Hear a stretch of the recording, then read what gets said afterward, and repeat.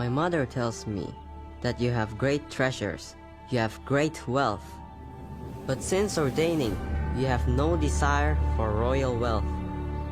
As your royal successor, I wish to request my inheritance, which is mine by right.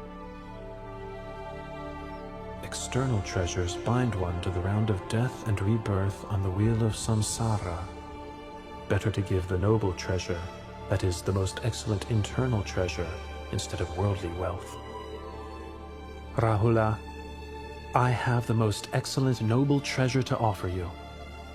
Sariputta, release Rahula from worldly suffering and bestow him with noble treasure by ordaining him a samanera.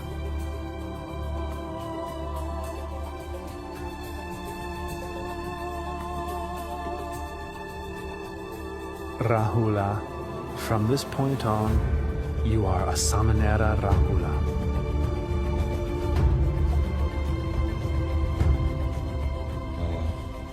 When Siddhartha left the palace and sought Buddhahood, I expected that Nanda would remain to inherit the throne.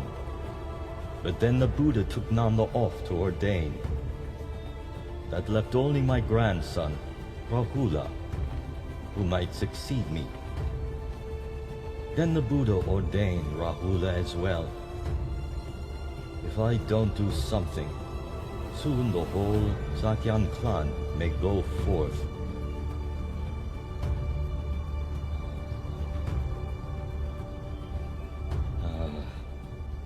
I must quickly go to the Nigrota monastery and plead with the Buddha.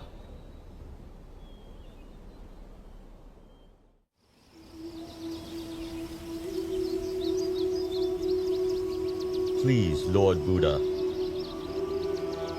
from this point on, should any householder's son wish to ordain, in the Buddha's dispensation, if his parents don't give their consent, please don't give the ordination. Father, I agree to your request. Tomorrow I will leave, together with the Venerable Nanda, Samanera Rahula, and the Bhikkhu Sangha, for the Veluvana monastery in the city of Rajagaha.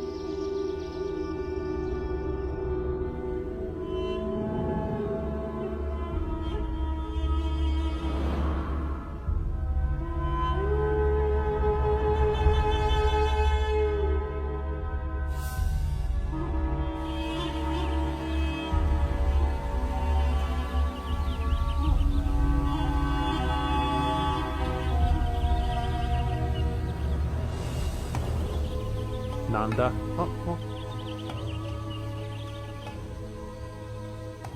Since you were first ordained, you have not been intent on the practice of Dhamma or the living of the holy life. All your thoughts are of returning to the household life. My heart is constantly yearning for my wife, Janapada Galyani. There's not a moment spent when I don't think of her.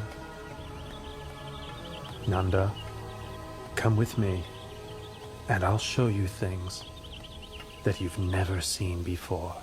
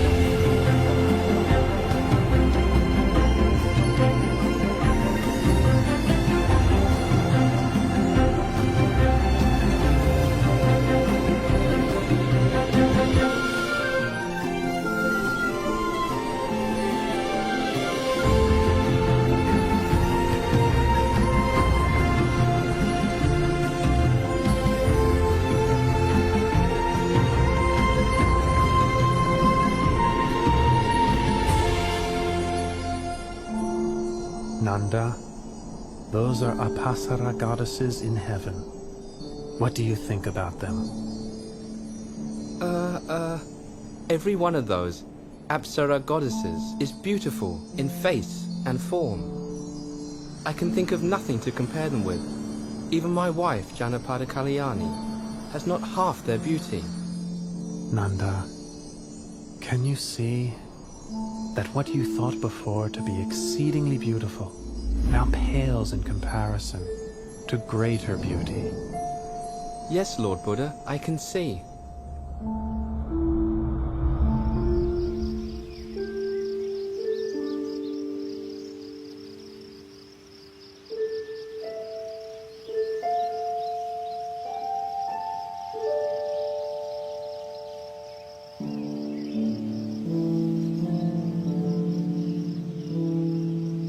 From this point on, I'll make up my mind to practice the Dhamma. I'll live the holy life without letting my heart be obsessed with Janapada Kalyani ever again. I've now seen for myself that there are countless goddesses in heaven, many times more beautiful than her.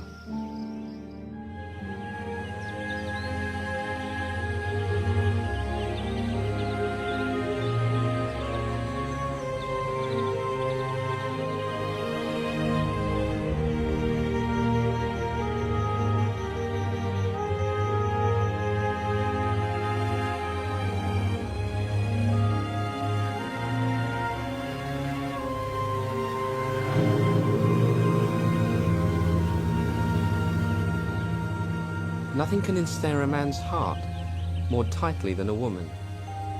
Nothing can ensnare a woman's heart more tightly than a man. In truth, love is like a noose which binds one to obsession and infatuation. It brings one to birth and death in the world again and again, dragging one down into a mass of suffering. That's right, Nanda. There is no pleasure equal to the peace that can be found within one's own heart. For as long as humans rush around seeking external distractions, they will never meet with genuine happiness. Nanda, when you release your clinging and view the whole world as empty, your heart will be free, open, expansive, radiant, and joyful.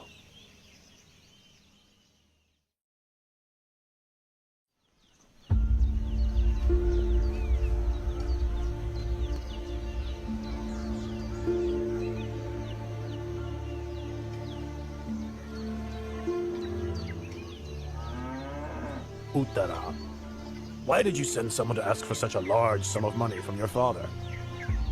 I am your husband. I would have given it to you myself. There was no need to bother your father. Dear husband, since our marriage, I have had little opportunity to make merit. I wanted the money to buy food to offer to the Lord Buddha and his disciples. I asked my father for the money because he shares my faith in the Lord Buddha. It's not, you see, that I have no wish to accept your money, good husband. In that case, let it be as you wish.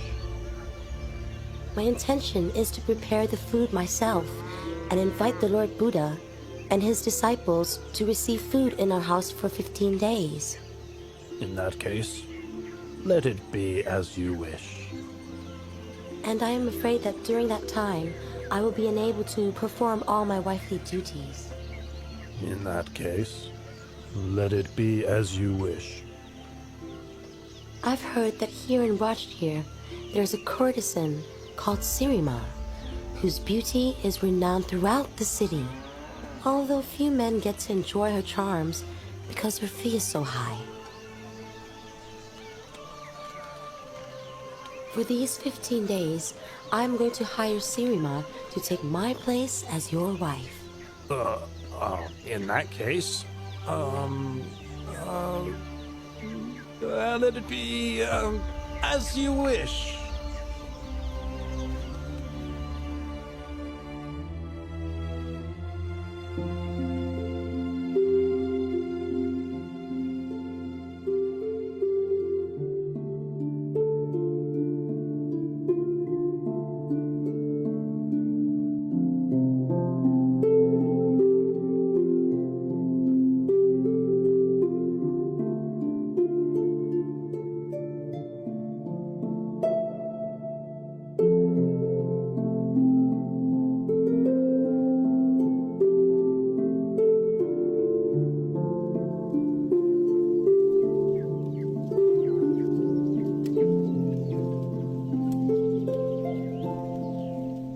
Uttara, are you exhausted? Oh, dear husband. Miss Sirima. Look at her. Instead of letting others do the work, she's doing it all herself. Her face is dirty, her clothes are all soiled. She should be relaxing in a way fitting of her station, and instead she's finding ways of tiring herself out. Look at him. How heedless and indulgent he is. He thinks he's so rich that he has no need to make merit? Ah, how very foolish he is.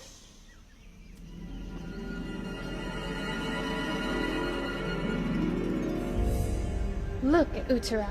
She's looking at me with a smile of contempt. It's as if she's scolding me with her eyes. It's sickening. I'm not putting up with this. You, Uttara, look at me. You want to fight? Well, you're gonna get what you want.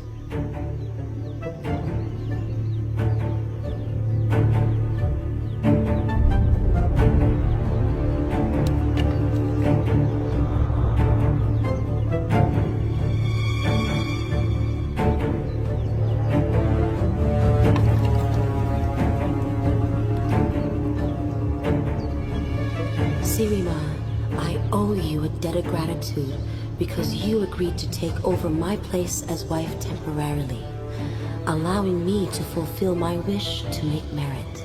No matter how you treat me, I will not become angry or vindictive.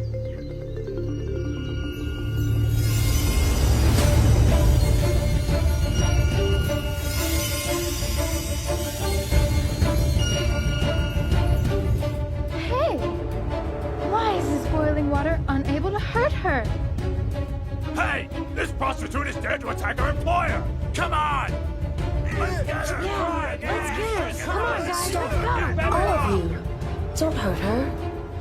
Sirima is like a friend to whom I owe a debt of gratitude. I am not angry with her.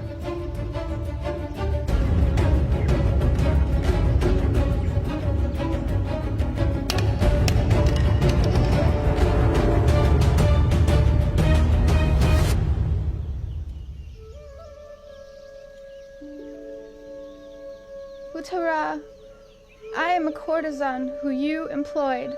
I forgot myself and started imagining myself as your husband's wife, and so attacked you. But your heart is so noble. It is filled with loving kindness, and you have not shown me even the slightest amount of anger. I have wronged you. Please, forgive me. Oh, get up, Sirima. If you want to ask for forgiveness, then you should ask it from the Lord Buddha, whom I revere above all others. Tomorrow, I will have completed 15 days of offerings. Please, come and offer food and listen to the Dhamma with me.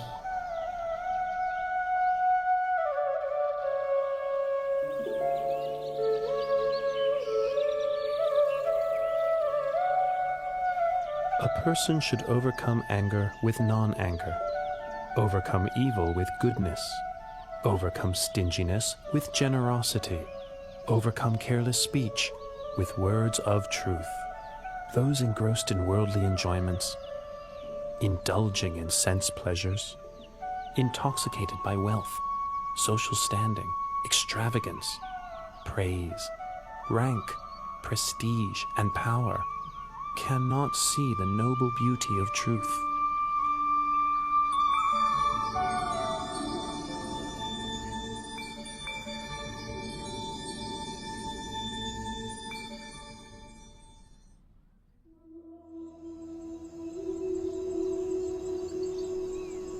Oh, she's still so young and beautiful, too young to die. The day this woman listened to a talk from the Buddha, she gave up her life as a courtesan and turned to making merit every day. But life is uncertain, and now, not much later on, she's dead. Let's get down to work. It's already time to cremate the body. Hey, wait a minute. We can't cremate her yet. Well, why not? The Buddha has requested King Bimbisara to order us to keep the body for 3 days. For 3 days! Oh, what level 4!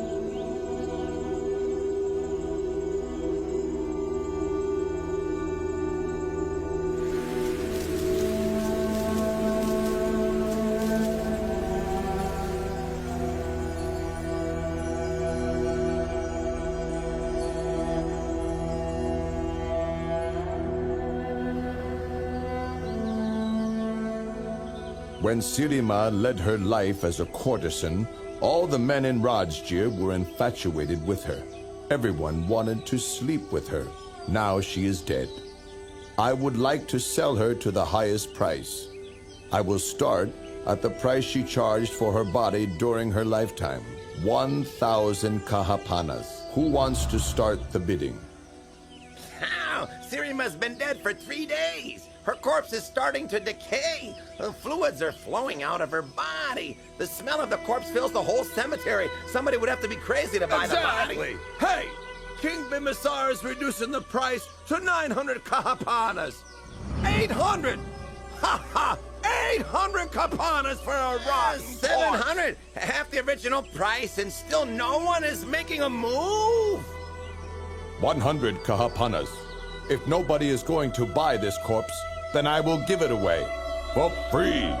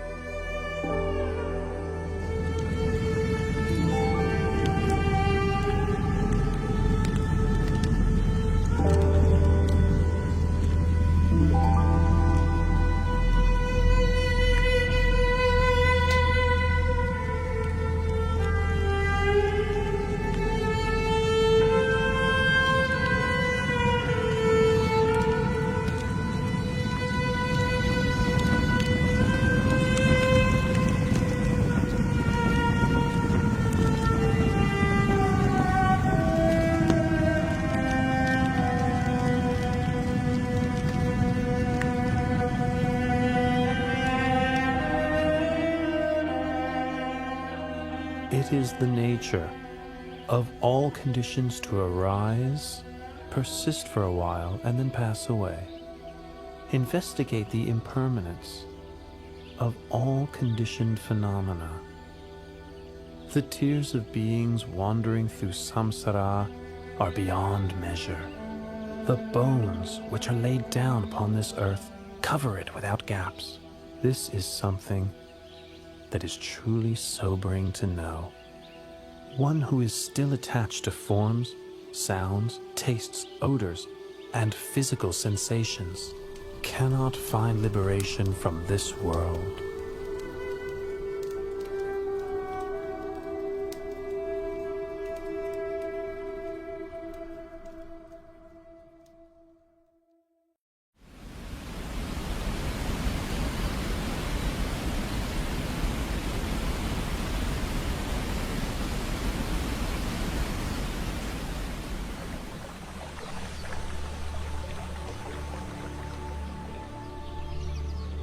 Sometime later, the Buddha went to stay in the Anupiya mango grove, the place where he had stayed overnight when he first went forth.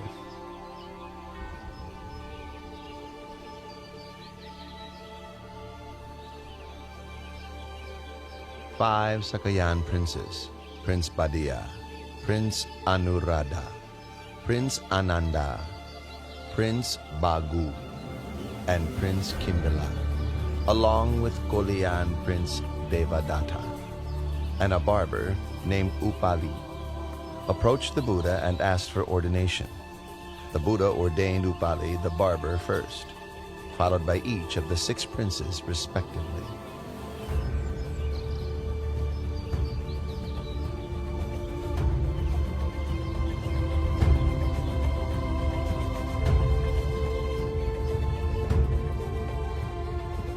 Not long after their ordination, Venerables Upali, Badiya, Anuruddha, Bagu, and Kimbila attained arahantship.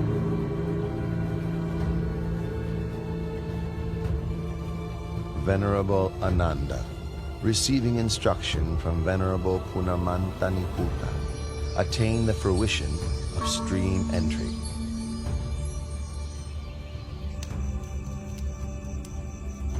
Venerable Devadatta achieved only the mundane attainments of various psychic powers.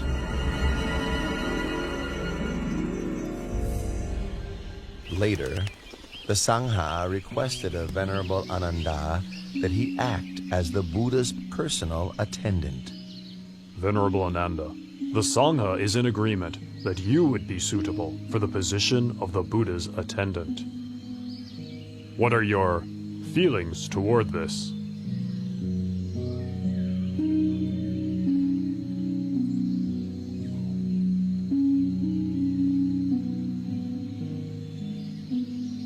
O Lord and great teacher, I am ready to serve and attend to you.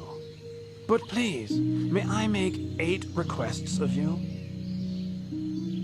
Very good, Ananda. Make your requests. My 8 requests are as follows. 1. May the Lord Buddha not give me good quality robe cloth. 2. May the Lord Buddha not give me good quality alms food. 3. May the Lord Buddha not have me stay in the same dwelling as himself. 4. May the Lord Buddha not have me accompany him on meal invitations. 5. May the Lord Buddha attend all invitations that I accept on his behalf. 6. When visitors come a long way to seek an invitation, may I have permission to take them to see the Buddha straight away. 7. May I be granted permission to ask questions of the Lord Buddha whenever I am in doubt. 8. On whatever occasion the Buddha gives a teaching of the Dhamma, with myself not present, may he repeat it to me afterwards. Very good, Ananda. I consent to your requests.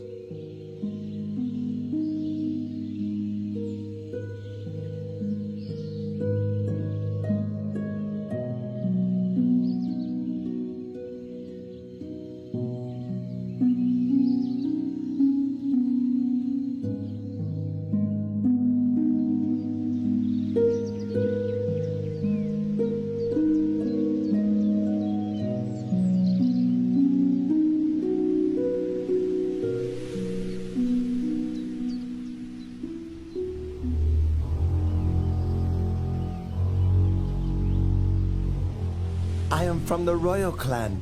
Why are the laity respectful and devoted to other monks, and not to me? Ah, Prince Ajatasattu, son of King Bimbisara of Rajagaha. He is still young, doesn't yet know right from wrong. I'll display my supernatural powers and gain the devotion of the young prince. Then whatever I may wish for, he'll find a way to get it for me. Ha ha ha ha ha!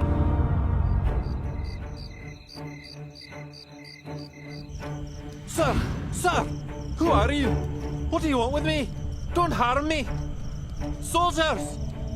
Wait! Prince Ajatasattu, don't be frightened.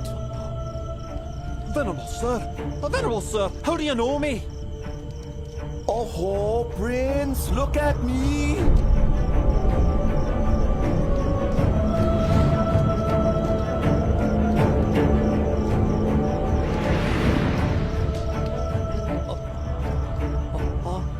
Venerable sir!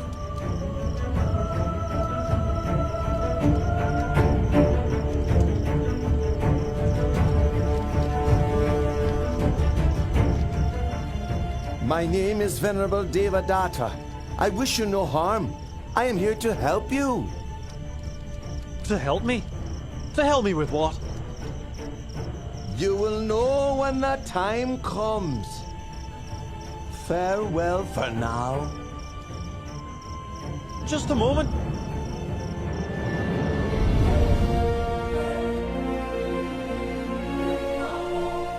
I displayed my supernatural powers, and Prince Ajatasattu gained great faith in me.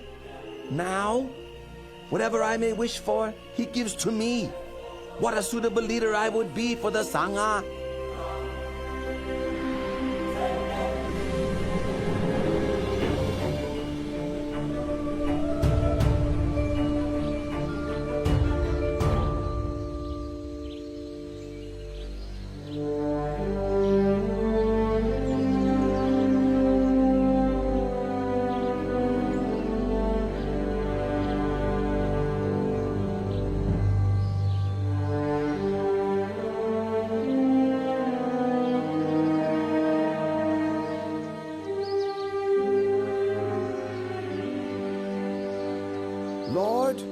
You are now getting very old.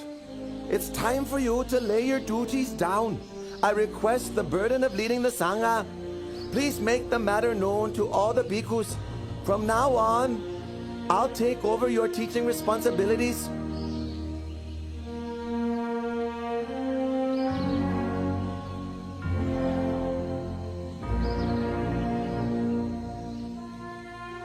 Absolutely not, Devata.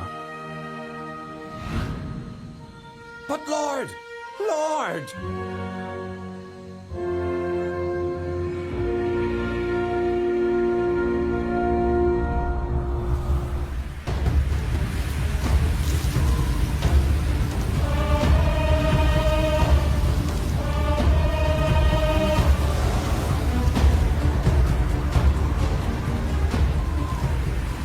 The Buddha humiliated me in front of all the monks. Then he enacted the Pakasaniya Kama, preventing the other monks from speaking to me or meeting with me. From this point on, I'll set my mind on bringing him to destruction. He can't do this. He can't do this to me. Your Royal Highness, please think it over. Even though you have now inherited the throne as you wished, you must still execute your royal father. Should he change his mind and wish to take his throne back, he would be sure to kill you. Therefore, you must act first without warning.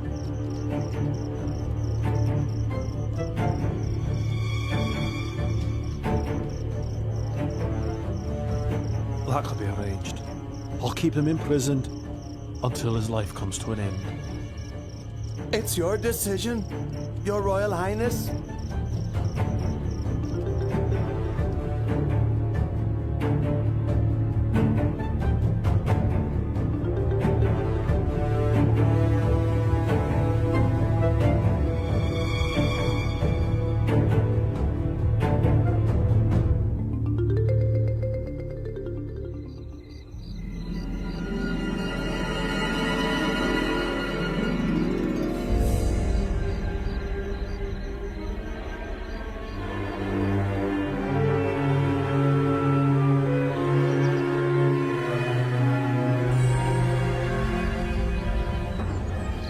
I've tried to take his life 3 times, but in vain. It's time to try my last resort. I have to pretend to be strict in Dhamma Vinaya, so that all the bhikkhus will become my disciples.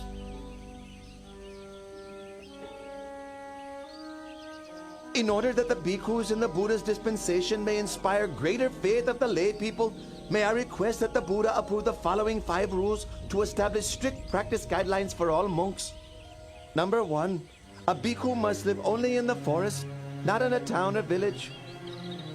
Number 2, a bhikkhu must live only on food given on alms round. Meal invitations are not to be accepted. Number 3, a bhikkhu must wear only rag robes. He must not accept an offering of new robes. Number 4, a bhikkhu must live only at the foot of a tree, not in a man-made construction. Number 5, a bhikkhu must not eat any kind of meat. Should any bhikkhu break any of these rules, he must face punishment. What does the Lord think about these rules? Devata, I deny my permission. This Dhamma Vinaya is not slack in its rules. What you are asking for would create inconvenience for all bhikkhus in terms of maintaining their livelihood. Let all these observances be voluntary. As for the rule against eating meat, I allow meat which is pure in 3 aspects: not seen, heard, or suspected to have been killed specifically for the sake of oneself. My bhikkhus, who do you think is superior? My rules are stricter, aren't they? Whoever agrees should come and live with me. Devata, don't do this.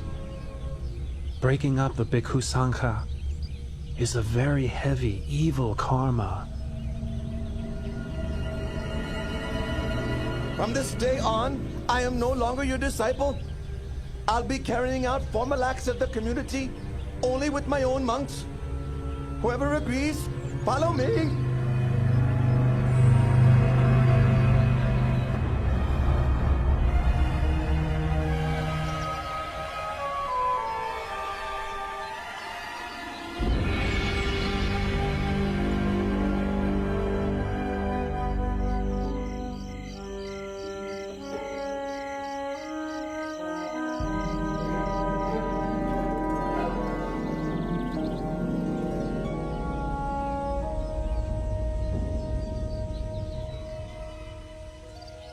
Devadatta, can't you see that you're not a suitable leader for the Bhikkhu Sangha? Kalika, what are you saying? What am I saying? What am I saying? Just now, Buddha's left and right-hand disciples, Venerables Moggallana and Sariputta, came to give teachings and instruction to your disciples. Having listened, almost all of your disciples followed the two Venerables back to Jetavana Monastery. Only a few of your most foolish and ignorant followers remain. Kalika, it's impossible! It's impossible! Impossible. Impossible. Is that all the strict forest monk can say? Kalika, you! You're a fake. You're wearing the yellow robe only for the sake of gain and honor. You are boastful and conceited even to the point of competing with the Lord Buddha. I have no wish to stay with you any longer. Kalika! Come back here now! Kalika!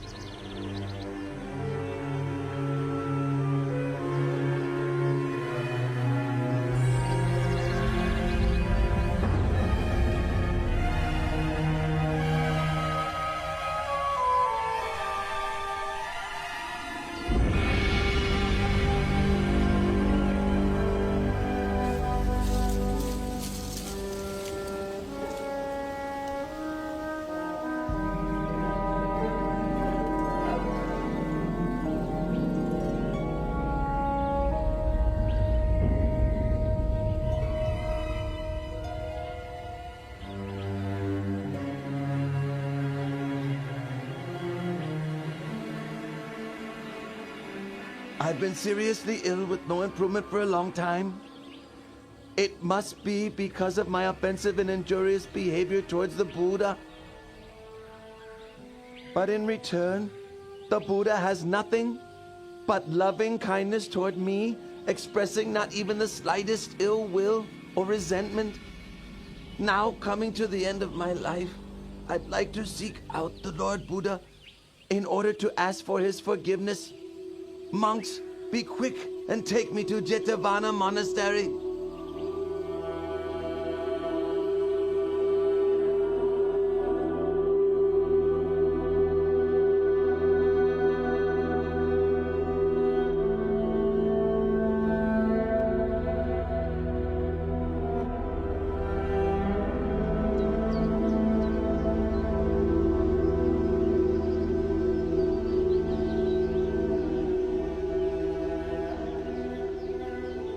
We're getting close to Jetavana Monastery. Stop for a while so that I can bathe myself before entering into the presence of the Lord Buddha.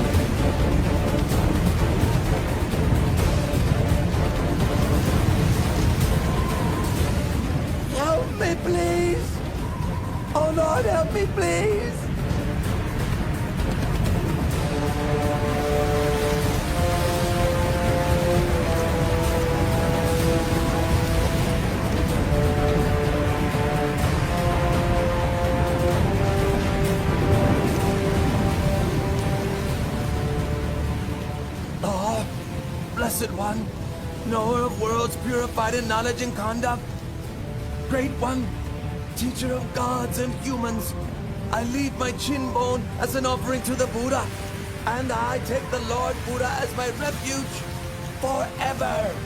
I take the Lord Buddha as my refuge forever!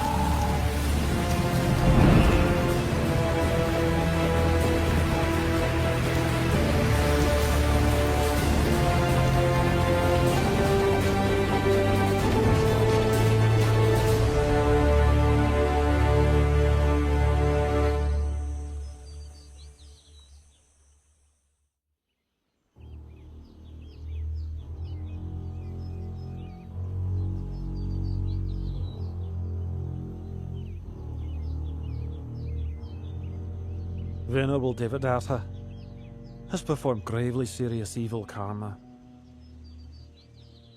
Even coming so close to Jetavana Monastery, he still was unable to catch a glimpse of the Lord Buddha. Rather, he was swallowed up by the earth and sank down into hell. And I myself cooperated with him in committing a tremendous many evil deeds. I can't sleep at night.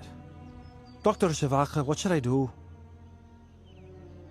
Your humble servant thinks that your highness should go and approach the Lord Buddha in order to pay your respects and to ask for his forgiveness.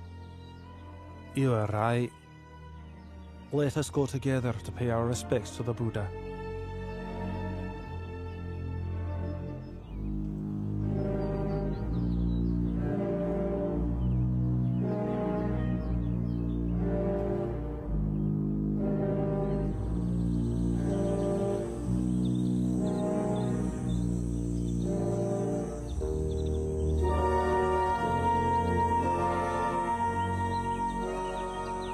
O Lord, I was duped into believing what Venerable Devadatta said.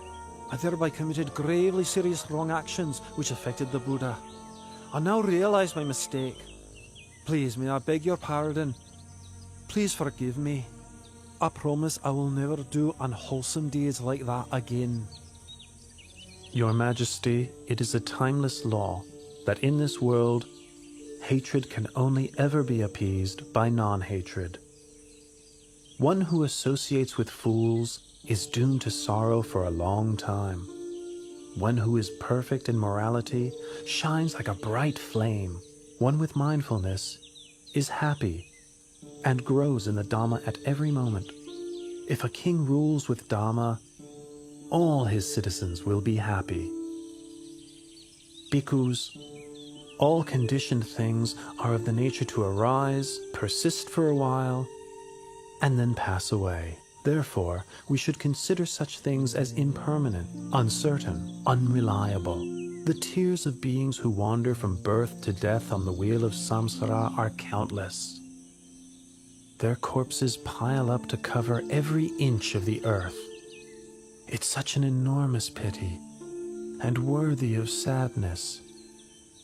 Those who cling to attachment to the forms, sounds, smells, tastes, and touches of this world have not the slightest chance of ever going beyond it.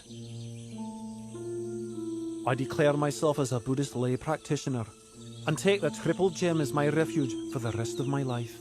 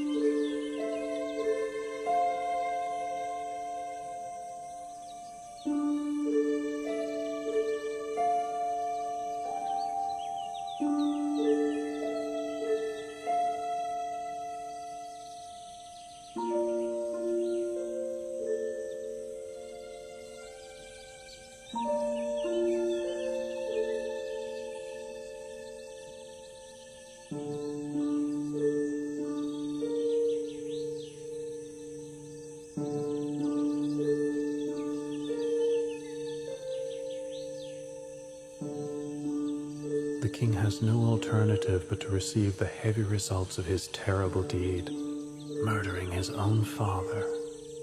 The perfect vision of the Dhamma, therefore, does not arise in him here.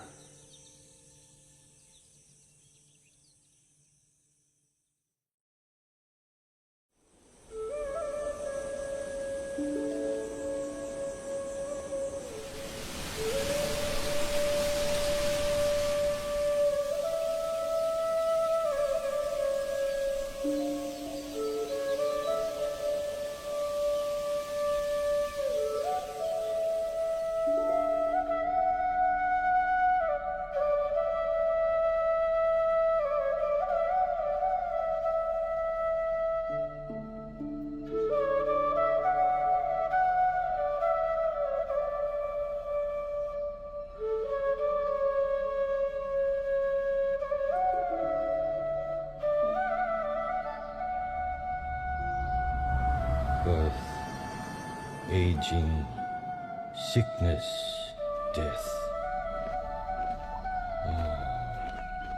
Greatness, striving, struggle, conceit, suffering. Your Majesty, the Lord Buddha has arrived at the royal palace.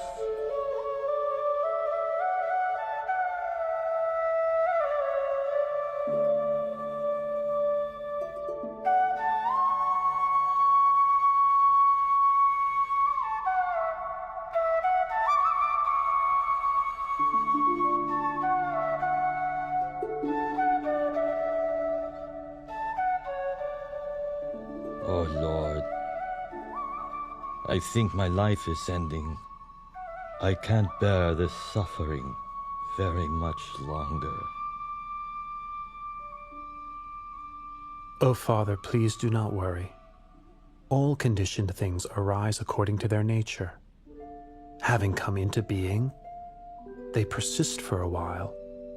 Having persisted, it is their nature to pass away. It is only suffering arising, existing and ceasing, nothing other than suffering. There's no woman, no man, no us, no them.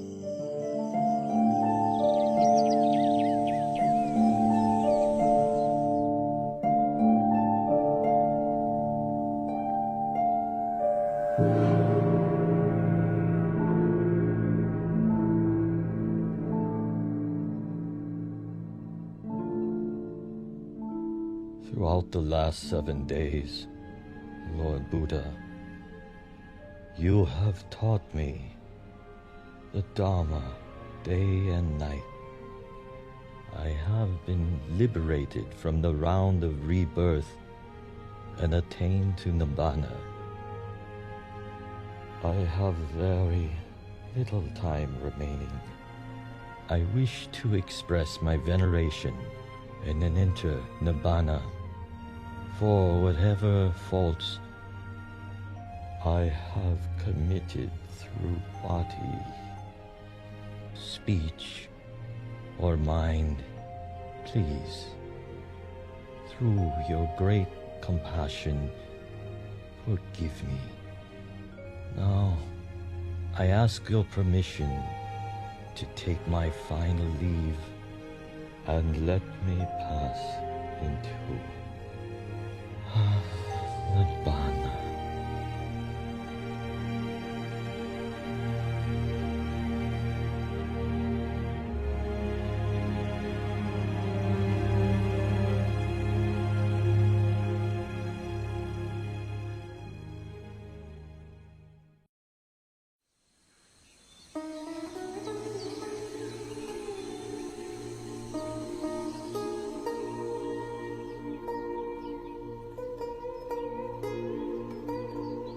We have asked for ordination from the Lord Buddha 3 times, but he has not yet given his permission. However, we won't give up our efforts. Let us shave our heads, put on the yellow robe, and follow the Lord Buddha wherever he goes.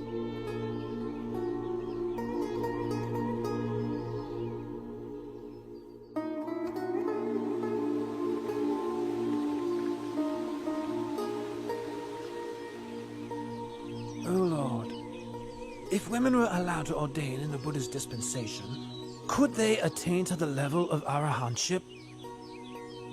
Ananda, if women were ordained in the Buddha's dispensation, they could attain to arahantship exactly the same as men can.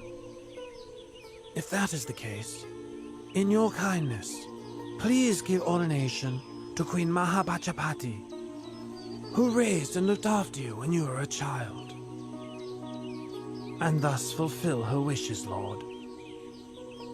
Ananda, if Pachapati will practice according to the 8 strict conditions, I'll give her my permission. The 8 strict conditions are: 1. A bhikkhuni who has been ordained for even 100 years must bow to a bhikkhu ordained that very day. 2. A bhikkhuni may not spend the rains retreat in a monastery where there are no bhikkhus in residence.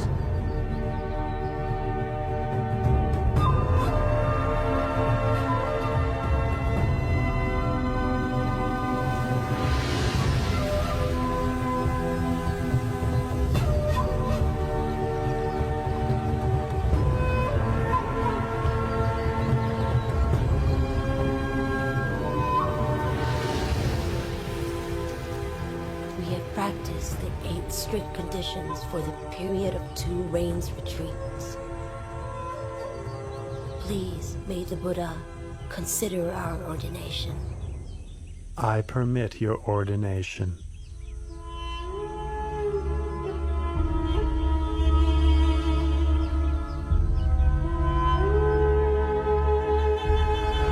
After their ordination, Pajapati Bhikkhuni and the Sakayan Bhikkhunis practiced mental cultivation with great determination until each of them had attained to arahantship.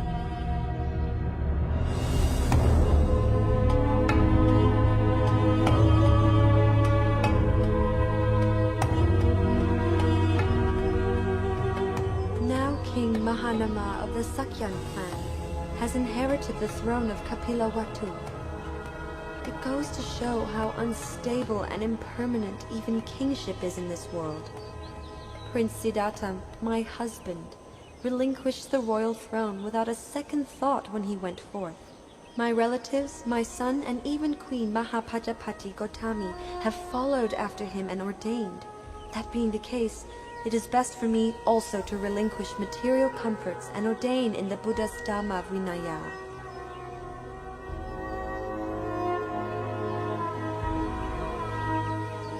Princess Yasodhara and a great number of her ladies of the court traveled to Jetavana Monastery in Savatthi.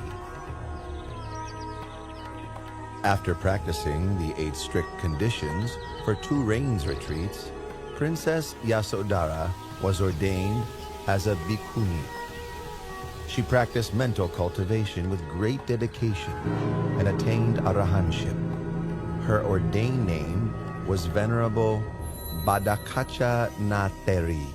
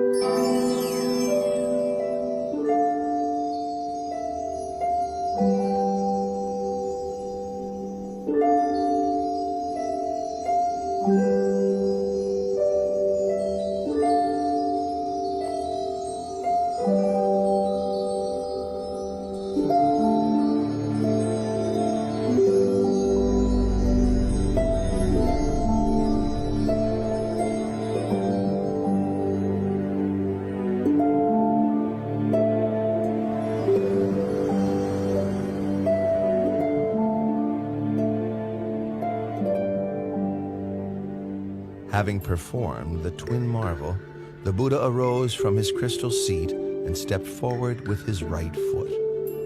He placed it on the summit of Mount Yugandhara. Then he stepped forward with his left foot, placing it on the summit of Mount Sumeru, upon which Tavatimsa heaven is located.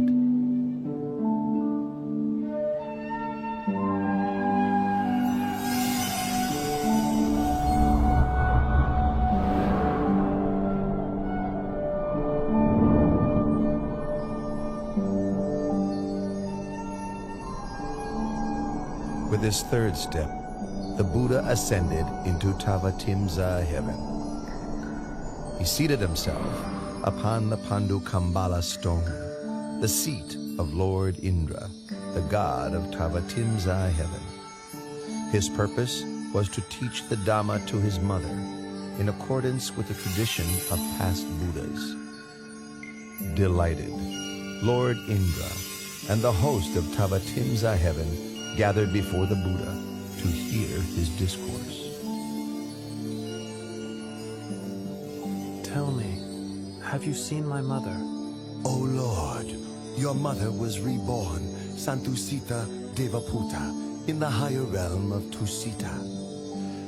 I will quickly go and invite your mother down.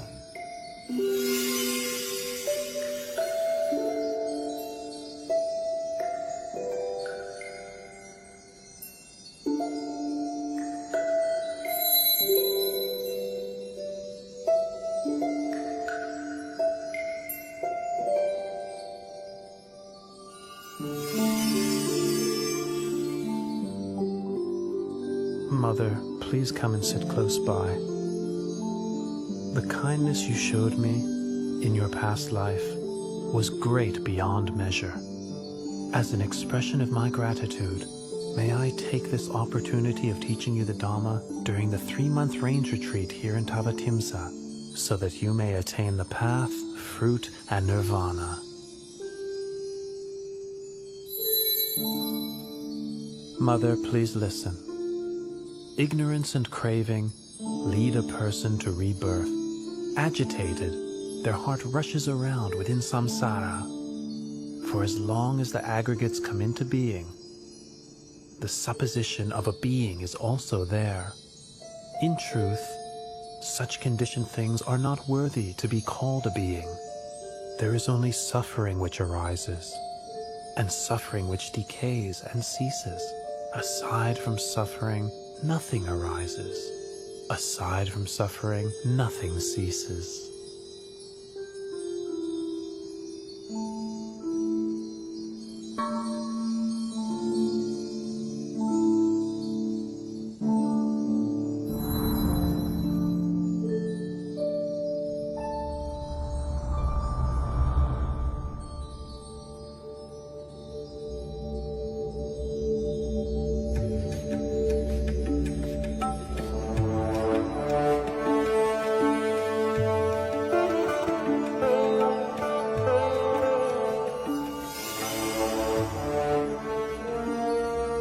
Lord Buddha, you have ascended to Tavatimsa heaven and taught the Abhidhamma to your mother for the full 3 months duration of the range retreat.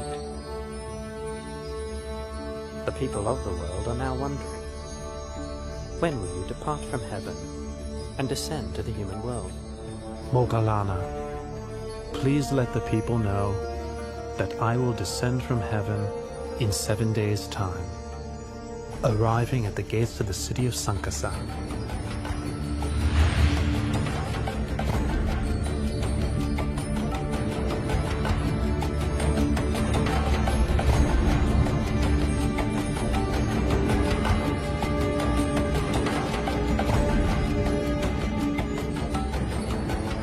This is the last day of the rains retreat. I will create 3 heavenly staircases for the Lord Buddha's descent from the heavenly world.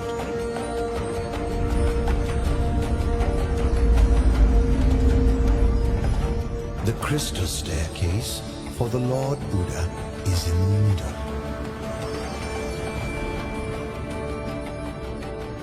The golden staircase on the right is for myself and the other deities.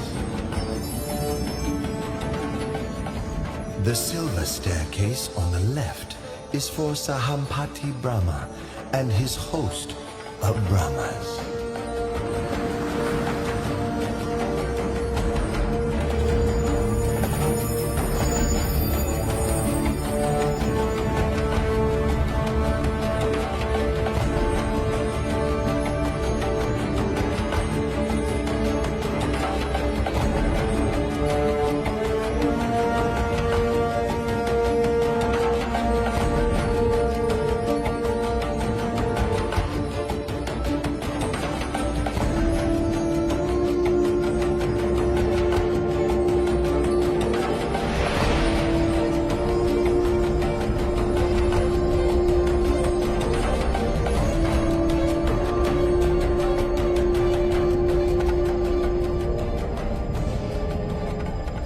As he descended from heaven, the Buddha performed the marvel called Loka Vivarana, making the realms of heaven, earth, and hell visible to all.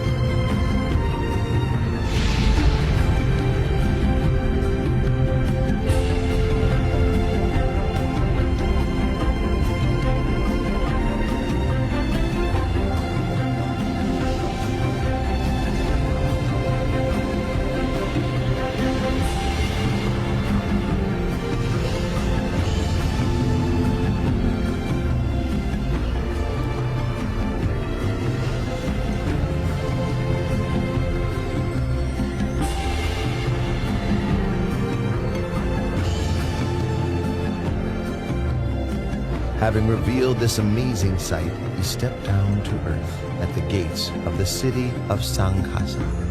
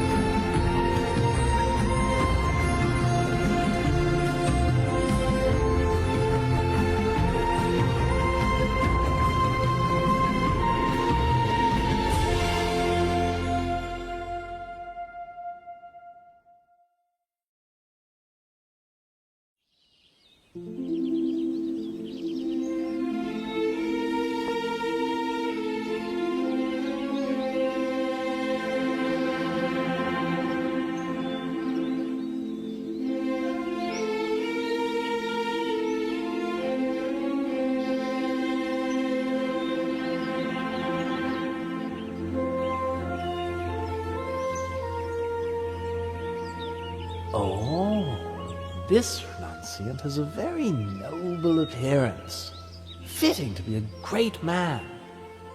Here in Kuru, it's very hard to find a husband suitable for my daughter, Magandia, but today I found one. Venerable sir, my name is Magandia. I have a daughter who I would like to get married. But here in Kuru, I can find no suitable husband. And then I saw you today. I am very pleased by your appearance. Please accept my daughter as your wife. Oh, and don't worry that she's ugly or unattractive. There's nobody in this whole country more beautiful than Magandia. Please wait here.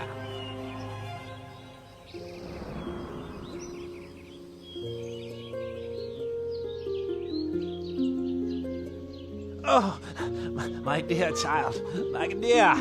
Oh, I'm exhausted. Hurry up. Make yourself as attractive as you can. Now, right now. Quickly, my daughter. If you're tired, then sit down and take a rest, husband. And why do you want our daughter Makandia to dress up prettily? Come on, please. Sit down and rest. Oh, Magandia, are you ready yet? Hurry up.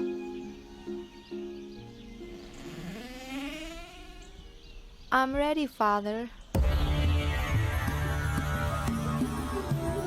Right. Go quickly. I've met him. Met who? I've met him. Where's he gone? What's this all about? You brought me all this way and I still don't know what you're talking about. I've met our daughter's future husband. That's what I'm talking about. I told him to wait for me here, but he's disappeared. Ah, there, you see? His footprints are still there. You're knowledgeable in the texts dealing with the interpretation of footprints. Have a look at them.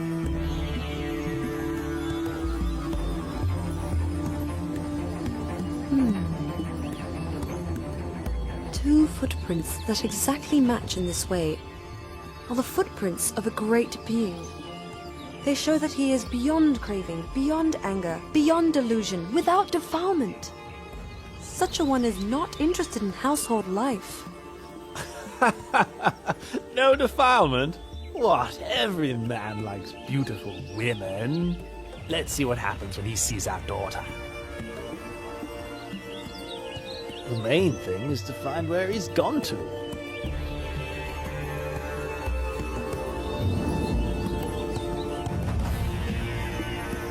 Oh, over there! I found him!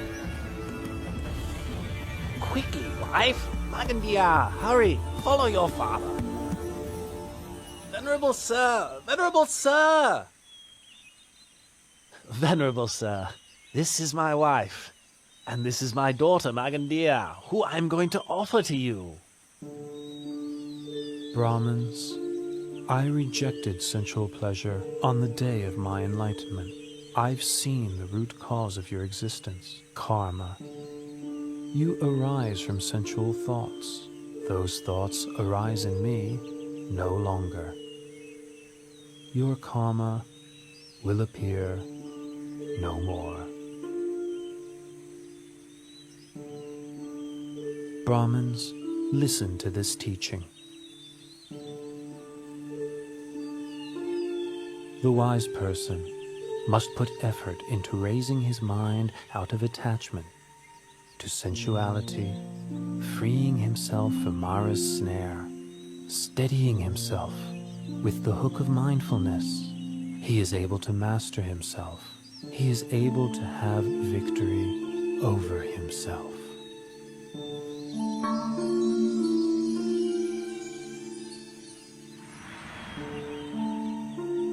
Your teachings have illuminated the path ahead for us both.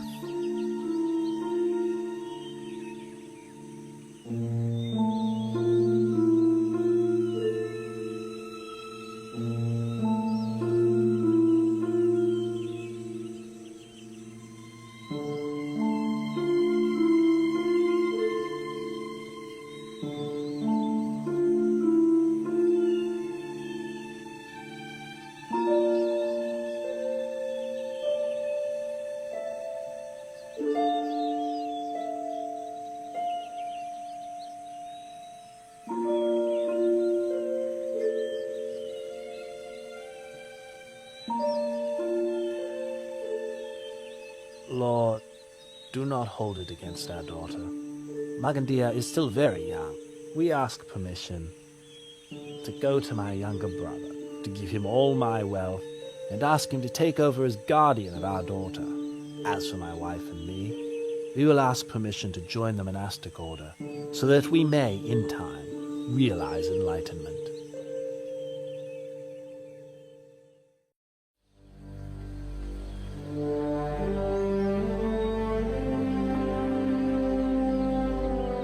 My name is Varanja Brahman.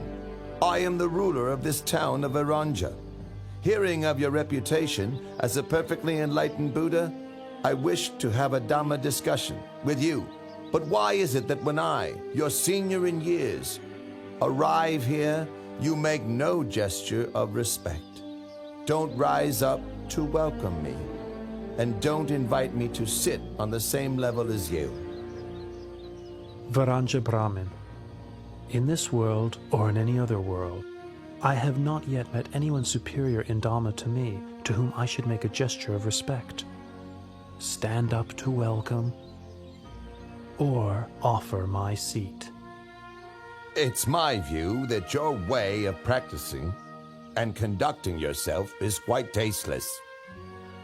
Brahmin, my way is indeed tasteless. I have abandoned the taste of the sensual pleasures of form, taste, smell, sound, and bodily touch.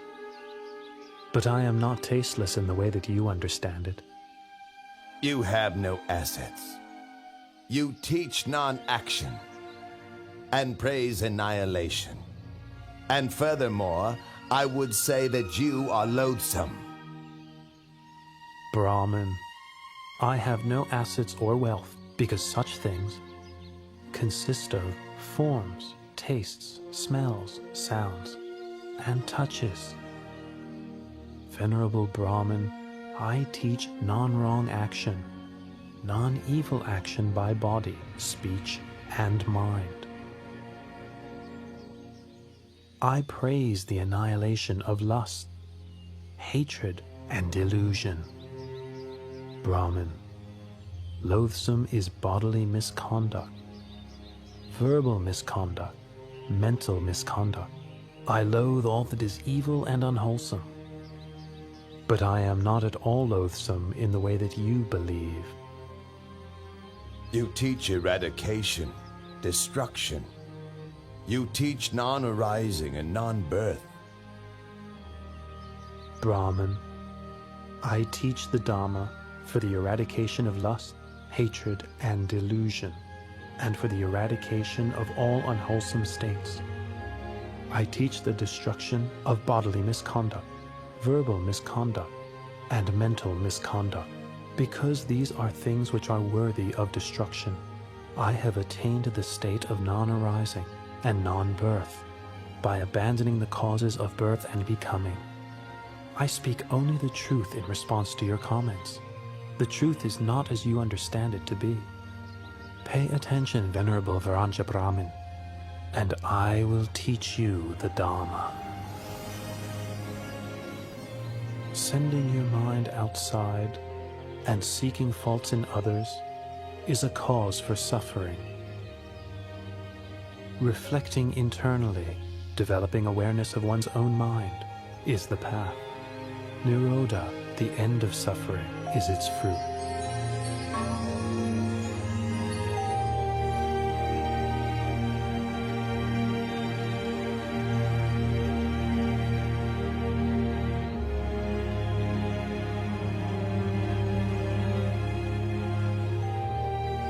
The Dhamma teaching you have given has illuminated the way for me. For the rest of my life, I take the Triple Gem as my refuge, and please may I invite you to spend the Rains Retreat here in order to teach the Dhamma to the citizens of Varanja.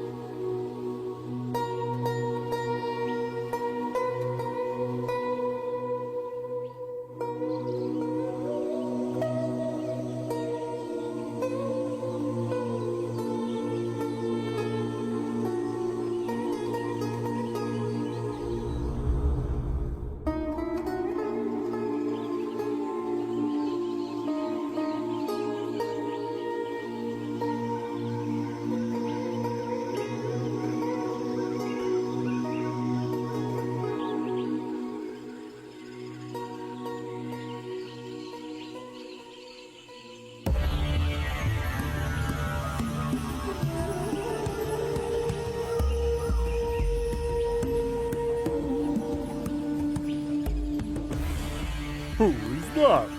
Come out where I can see you right now. Otherwise, you'll do what?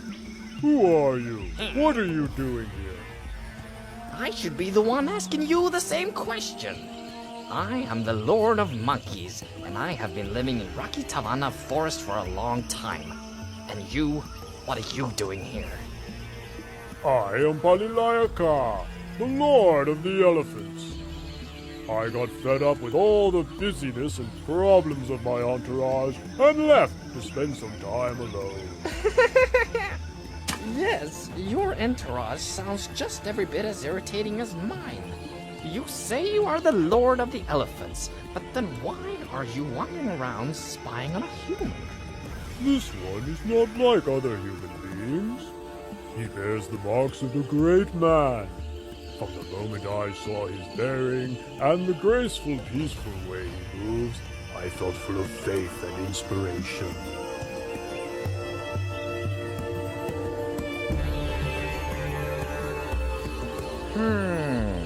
Well, if that's the case, let's go and ask him some questions.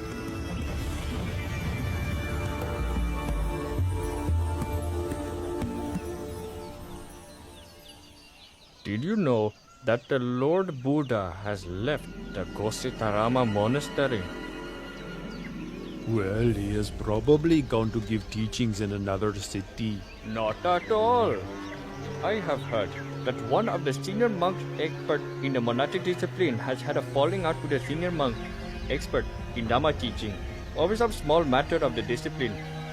Not only that, but students of the two senior monks have sided with the teachers so that the quarrel has spread, and now there is a major conflict. It got so bad that even when Lord Buddha himself admonished the monks and urged them to give up their conflict, they wouldn't listen, and so he left the monastery alone. That's terrible. Those monks are really stubborn and intractable. How long will it be before we will be able to hear the teachings from the Lord Buddha again? That's the point. The monks' dispute means that all the rest of us aren't able to listen to the Lord Buddha teach.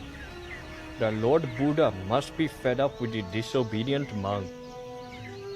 From now on, we shouldn't make any more food offerings to them. Oh, good idea. Let's encourage all the other lay supporters to do the same.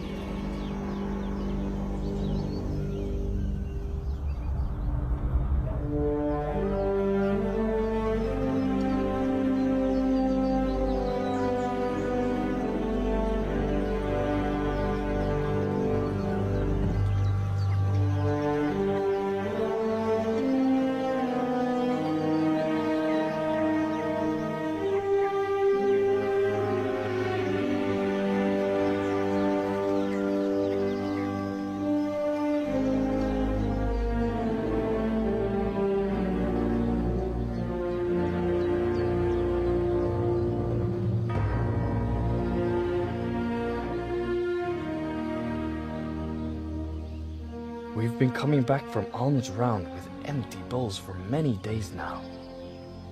Nobody in Kosambi is filling our bowls with any food offerings anymore. If this continues, how will we survive? What will we eat?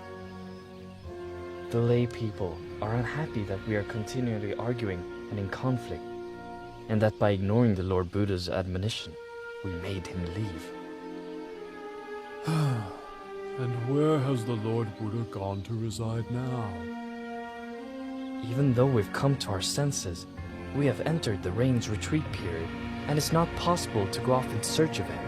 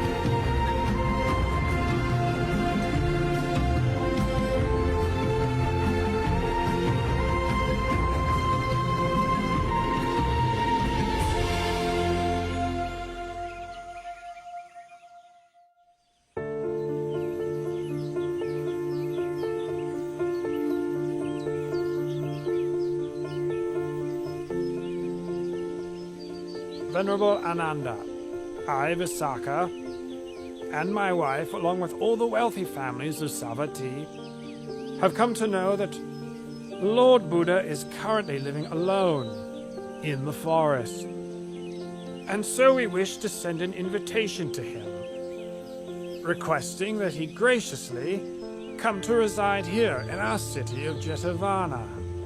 The people of this city will offer food to the Lord every day, in order that we may be able to listen to his teaching. Please, would you assist us in this? Do not worry, Anathapindaka. I will see to it myself. The rains retreat has ended now, so I will take 500 monks with me to Rakitivana Forest to invite the Lord Buddha to come and reside here. You may put your minds at ease. Oh, it is our great good fortune to be able to pay respects to the Lord Buddha again and to listen to his teachings.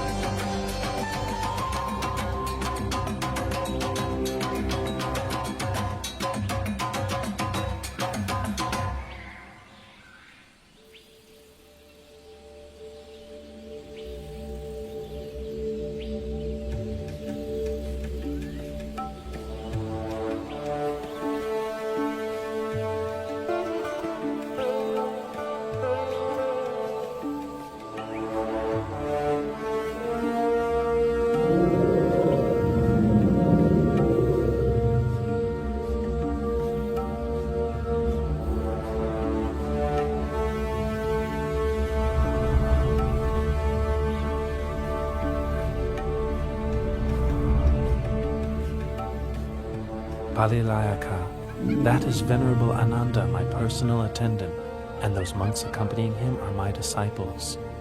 Allow them to approach.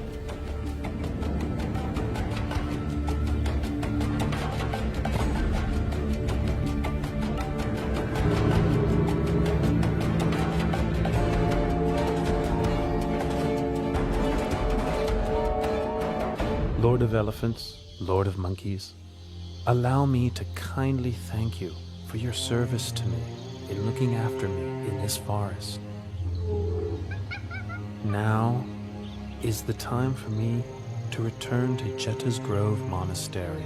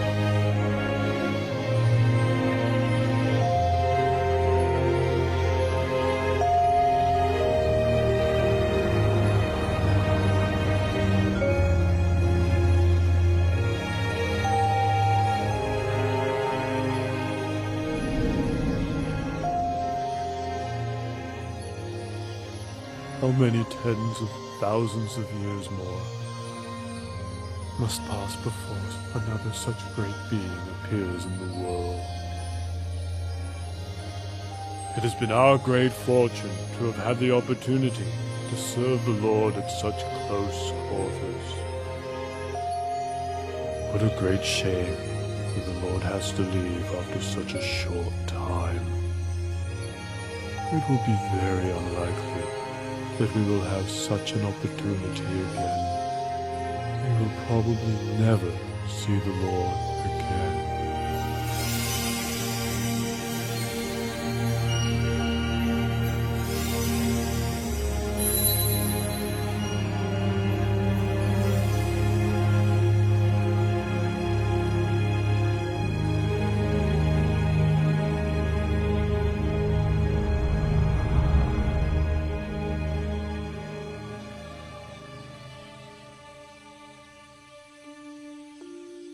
The Lord Buddha has forgiven us for our dispute. It was good that we saw our fault and swiftly made our way from Kosambi to pay our respects to the Lord Buddha in Jedah's grove. You're right. The Lord is going to give us a Dhamma talk. Pay attention. Know this, monks. This flourishing or decline of this teaching is not dependent on the actions of outsiders, but depends upon the fourfold assembly of monks and nuns, laymen and laywomen. Consider the fool whose acts of body, speech, and mind cause harm to self and others. You have all entered the Sangha and have been training in the well-expounded teachings that I have given to you. Be diligent in your efforts, so that you may realize the fruits of the training that you have not yet realized, that you have not as yet fully penetrated, so that you may become truly noble.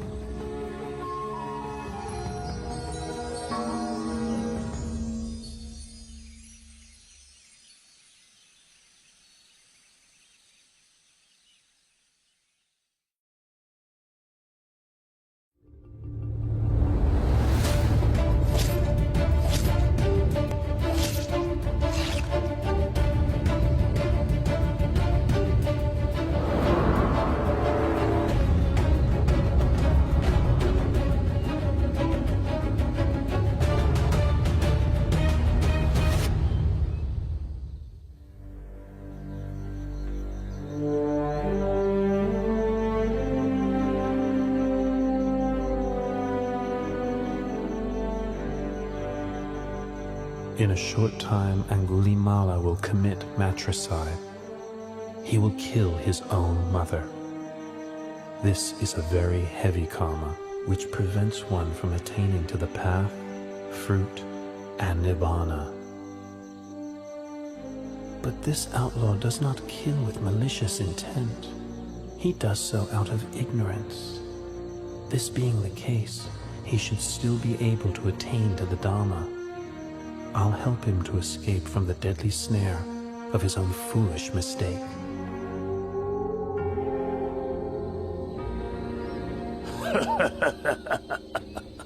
I've already collected 999 human fingers. If I kill just one more person, I'll have the full 1,000 fingers, as instructed by my master.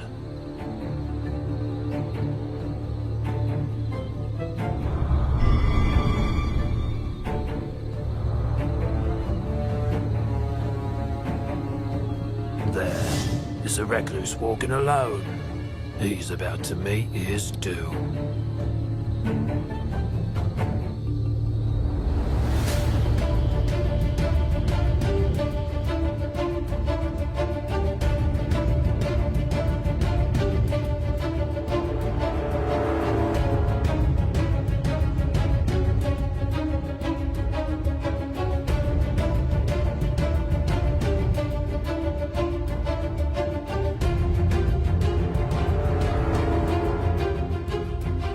That's strange.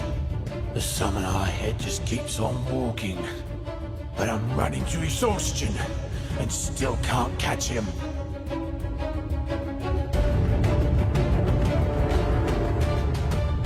Oh. Stop there, summoner! Summoner, stop there! I have stopped already. It is you who have not yet stopped. A holy man should speak only the truth. But there you are, striding onwards, telling me you've stopped. Here I am standing still, and you tell me I haven't stopped?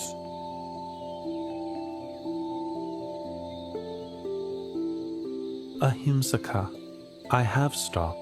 Stopped killing, stopped harming, stopped pursuing wrong livelihood, stopped all kinds of misconduct. It is you who have not yet stopped. Not stopped killing, not stopped harming, not stopped pursuing wrong livelihood, not given up misconduct. You're still grasping your sword. How can you say you've already stopped?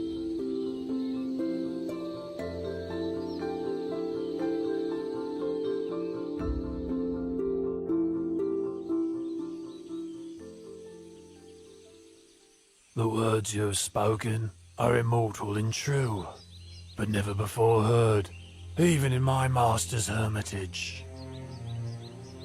Ahimsaka, all things which arise are of the nature to eventually cease. The sword which you were carrying has now been laid down. So let go of the mental defilement associated with your wrong actions. Should your heart dwell on those actions, it will soon become spoiled. Focus on recollecting your good action. Your heart will become increasingly cheerful and radiant. Be industrious in making merit, maintaining morality and brightening your mind in every single moment.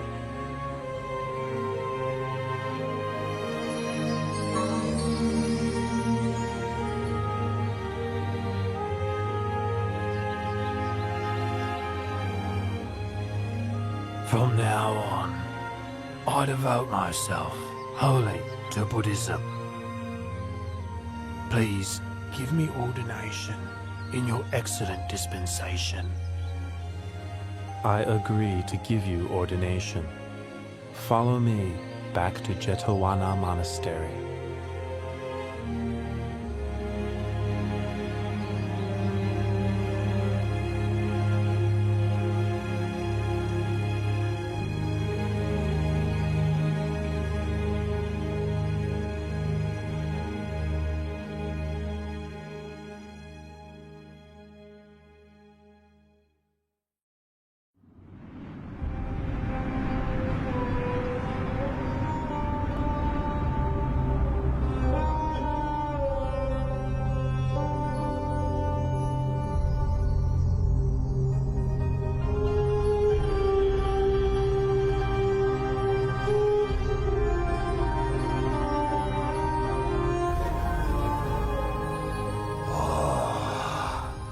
These poor human beings, thinking their good and evil deeds make any difference, when in fact, all things are already fixed, dependent on my will. They are so ignorant. The Brahma god Baka has the wrong view. I will help him to see the truth of things.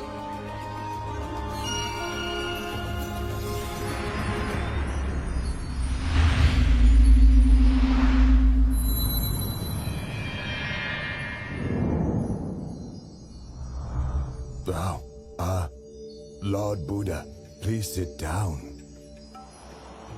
Has the Lord Buddha some important reason for coming to see me? Or would this be more of a social call? Baka, I am aware of your thoughts and beliefs. Knows my thoughts and my beliefs. Well, never mind. I've never concealed them. They are the truth.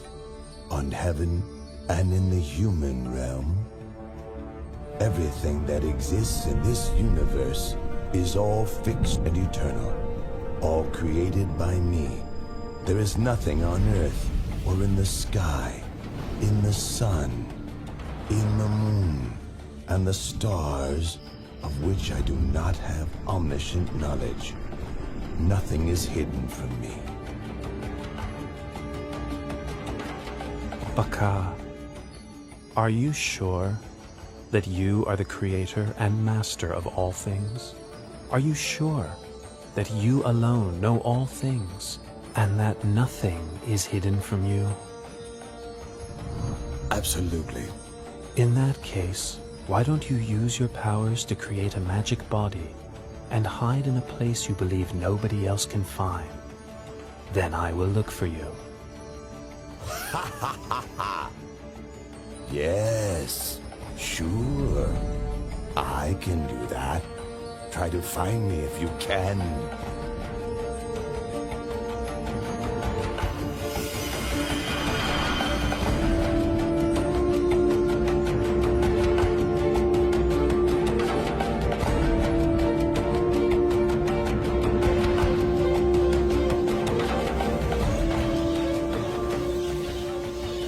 Baka, you want to be a bird, do you?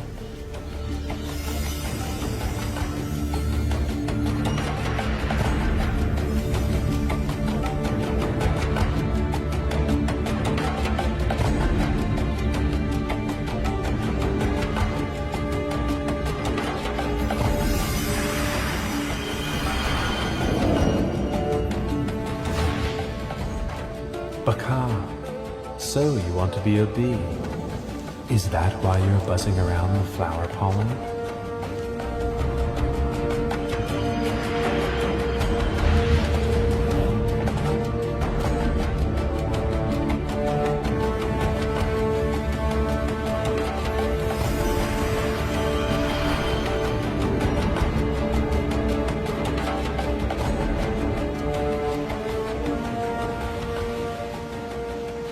Baka, do you not want to enjoy the happiness of the Brahma realm any longer? Is that why you have made yourself so fine and mixed yourself with the sand grains on the seafloor?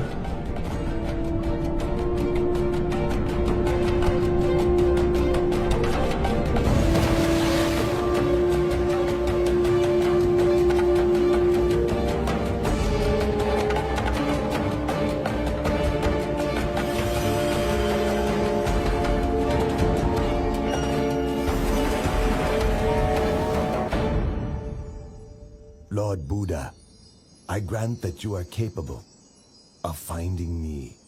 But now it's your turn. If I can find you, then I will admit that you are the omniscient one.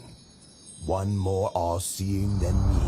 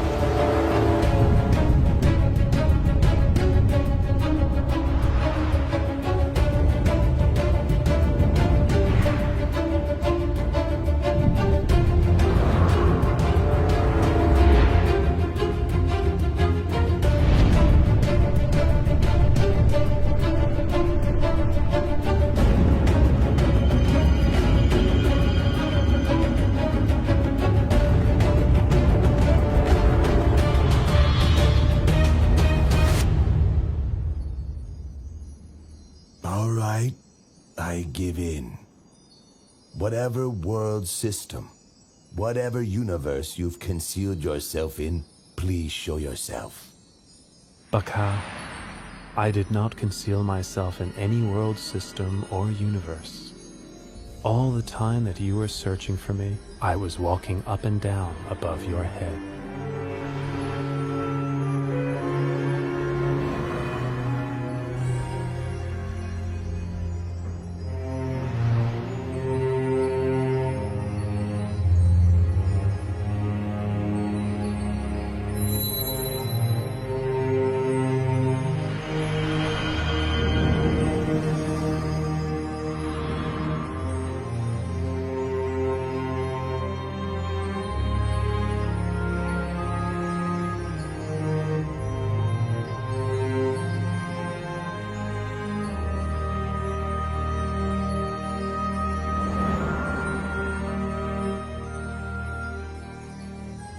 Buddha, I offer my obeisance.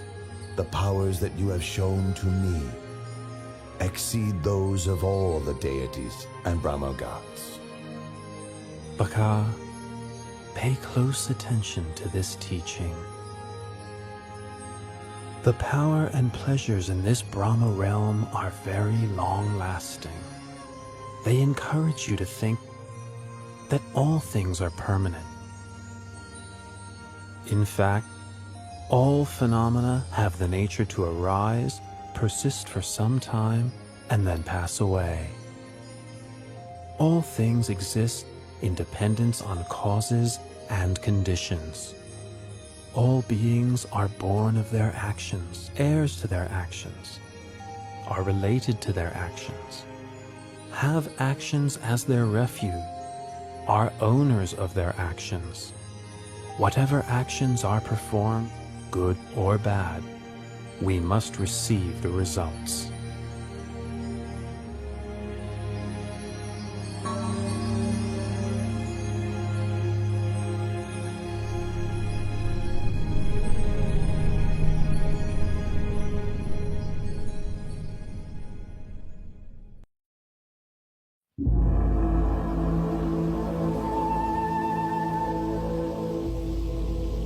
Lord, I can see you are seriously ill.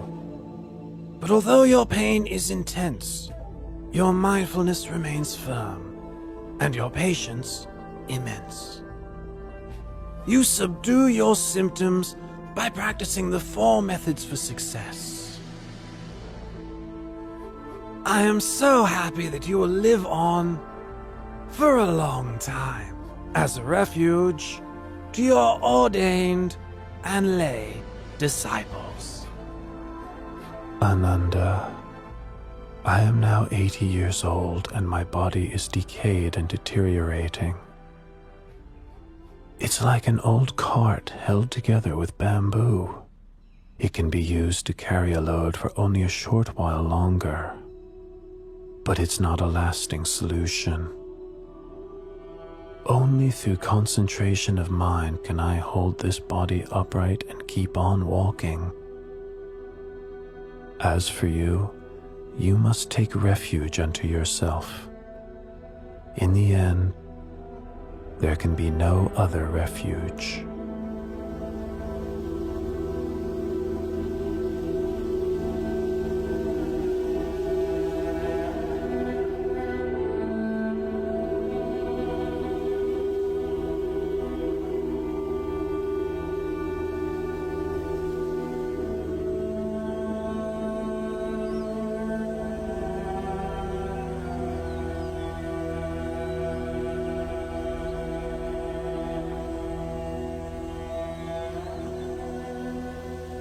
Ananda, the precincts of Baliwea Chetya are peaceful and quiet. Should anyone develop the 4 methods for success and have the wish to extend his life for a very long period, he will surely succeed in what he wishes.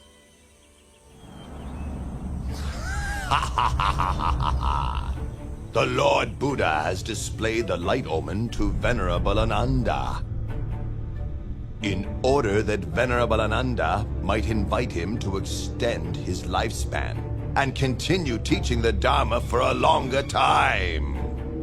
Don't count on it!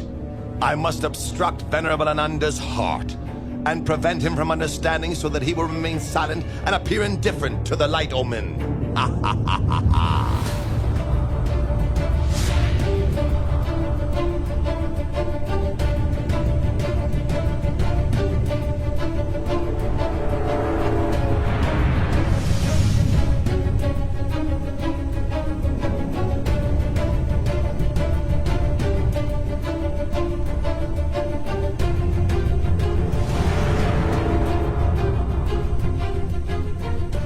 The Buddha has spoken to Venerable Ananda 3 times, and each time I've obstructed the message, leaving Venerable Ananda silent. Ananda, go and find a peaceful place and develop your meditation.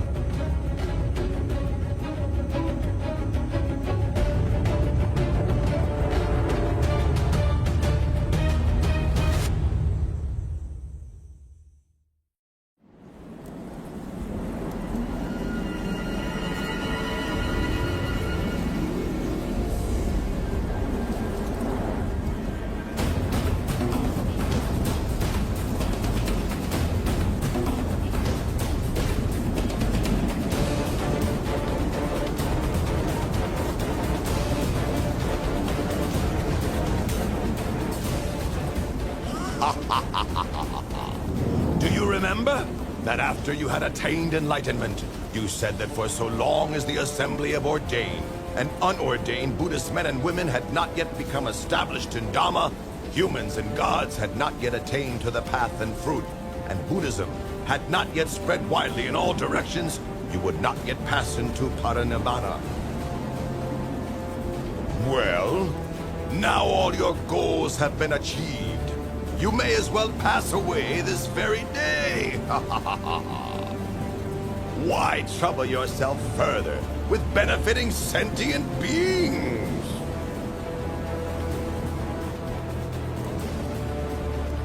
Mara, no need to get heated up with worries and speculations. In 3 months' time, I will enter Parinibbana. Be sure, then, to keep your promise.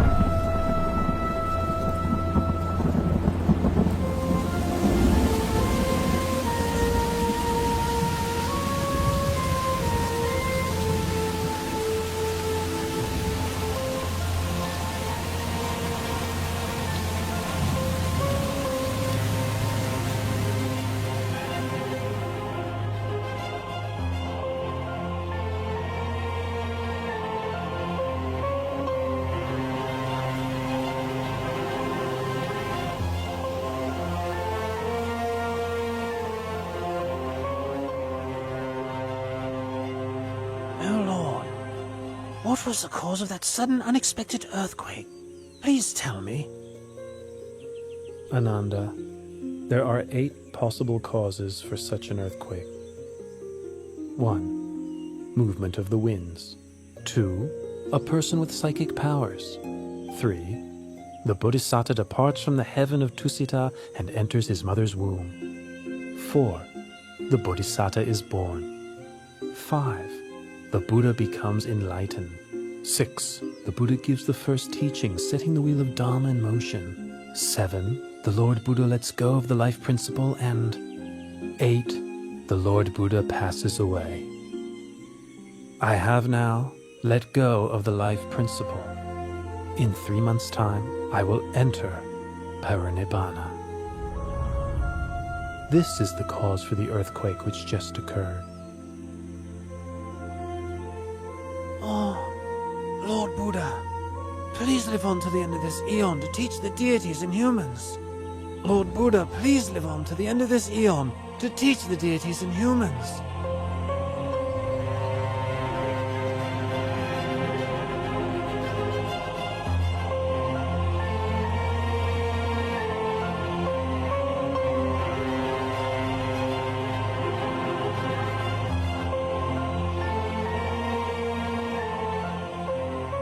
Ananda, why do you make this request of me 3 times? Oh Lord, you said that whoever develops the 4 methods for success, should he desire to extend his life for a long period of time, he would be able to do so. That's why I have just now pleaded with you 3 times. Ananda, I have displayed the light omen, giving you the chance to invite me to extend my life 16 times already. 10 times in the city of Ratchagaha, and 6 times in the city of Vesali. The 16th time was just now, in the precincts of Pawala Chetia. After which, I let go of the life principle. Had you made your invitation on any of these occasions, I would have turned it down only twice, and accepted the 3rd invitation.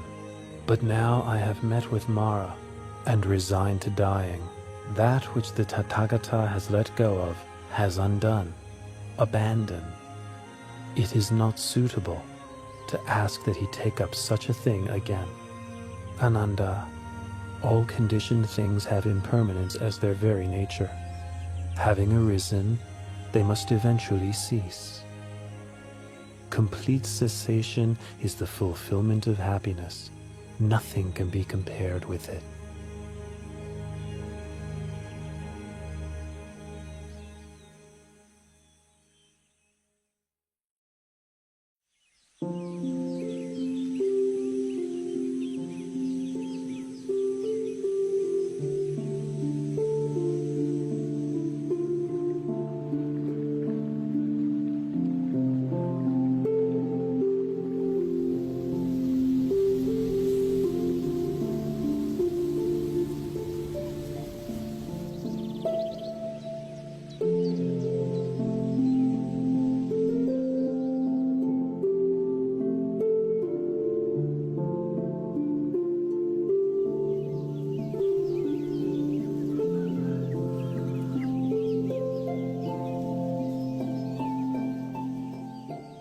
A wise person should lift his mind out of longing for sensual pleasures.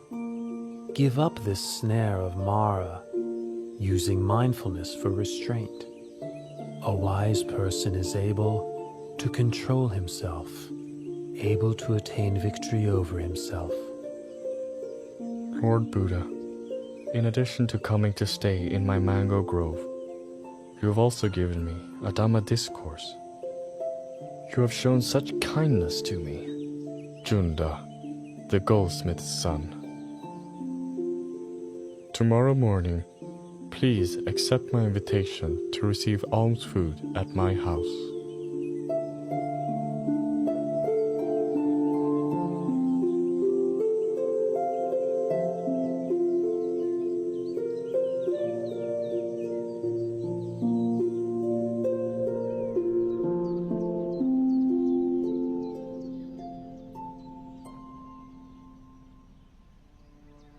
This dish is called sukaramatava.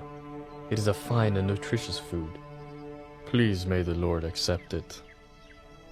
Junta, this sukaramatava is food that has been prepared, especially for me, and is suitable only for me. Apart from mine, no stomach could digest it. I give you the remaining portion to please bury in the ground. And for my monks and disciples, please bring them food of another kind to eat. Yes, Lord.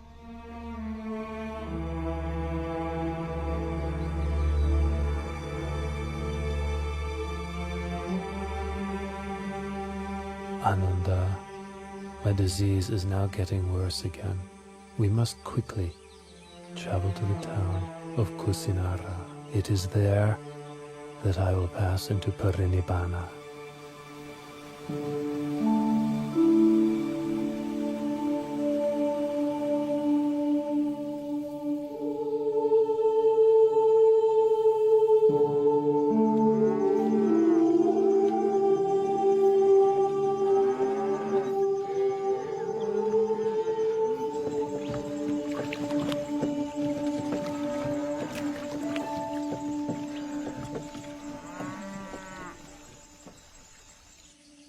Ananda, let us stop and rest under this tree. And please fetch me a little water to drink, will you? This river is drying up, and a caravan of carts has just crossed. The water is muddy and unsuitable for drinking. The river Kakoda is not far from here. Its water is clear and cool. Please, travel on a little. It's not very far. You can drink and bathe there.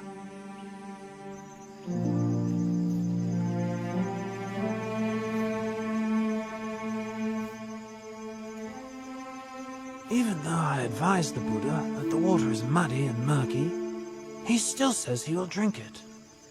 Well, the Buddha must have his reasons. This is the first time the Buddha has stopped for a drink mid-journey. Previously, he has never requested water before reaching his destination.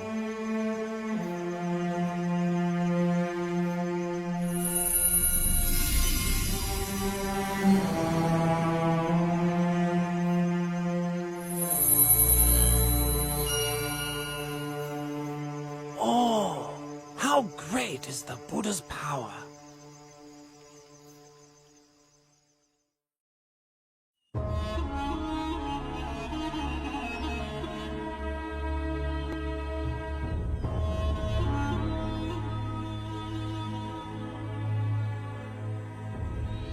Lord Buddha, my name is Pukusa. I am a son of the king of the Mala dynasty and a disciple of the late Alara the Hermit. I am traveling from the city of Kusinara to Pava. What great fortune it is to meet you.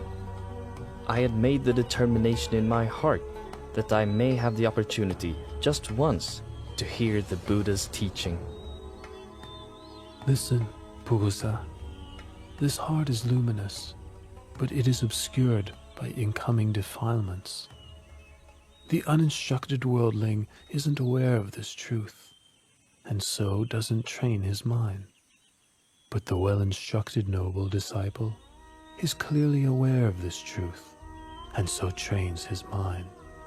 Pukusa, I know of nothing which can change as rapidly as the mind. You should therefore maintain your focus on the mind. Recollect the virtues of the Buddha, Dhamma, and Sangha. Recollect your own well-practiced morality, and recall to mind those sacrifices that you have made for others. Reflect on the heavenly beings, come to various happy states through cultivating generosity, morality, and mental development. When reflecting on these things, your heart will be free from lust, hatred, and delusion. You will therefore experience an understanding of Dhamma and the delight that comes with understanding Dhamma. The experience of delight gives rise to rapture. With the experience of rapture, the body becomes tranquil. The tranquility of the body gives rise to happiness. With happiness, the mind becomes firm and stable. This is called peace, non-suffering. The mind is ready to enter the stream of Dhamma.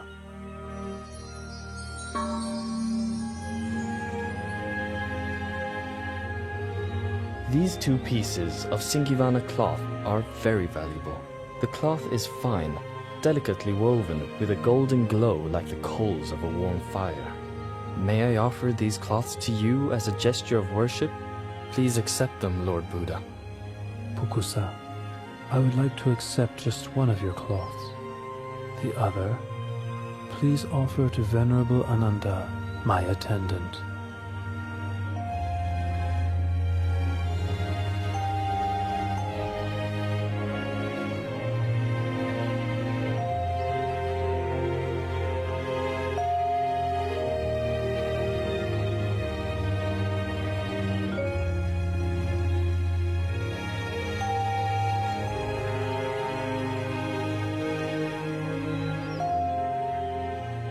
Lord, these Singivana cloths are of great value.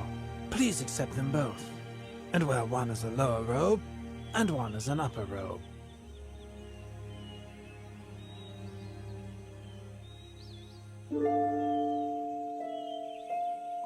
Oh, Lord, your complexion is splendid, clear and bright. What a wonderful sight. Ananda, the Buddha's complexion appears pure and bright on two occasions. One before the moment of enlightenment, and the other before the moment of parinibbana. We must quickly travel on to Kusinara.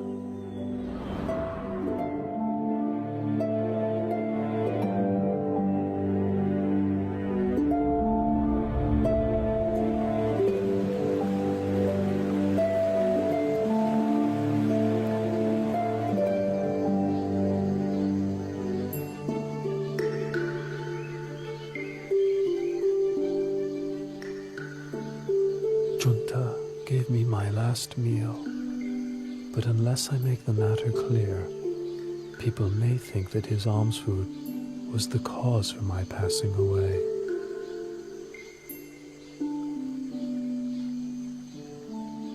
Ananda, alms food offered on 2 occasions is of special merit and will give great fruit.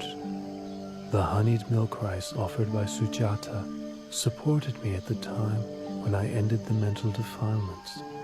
The Sukara Madhava offered by Junta will take me to the ending of the 5 aggregates, the last residue of conditioned thing.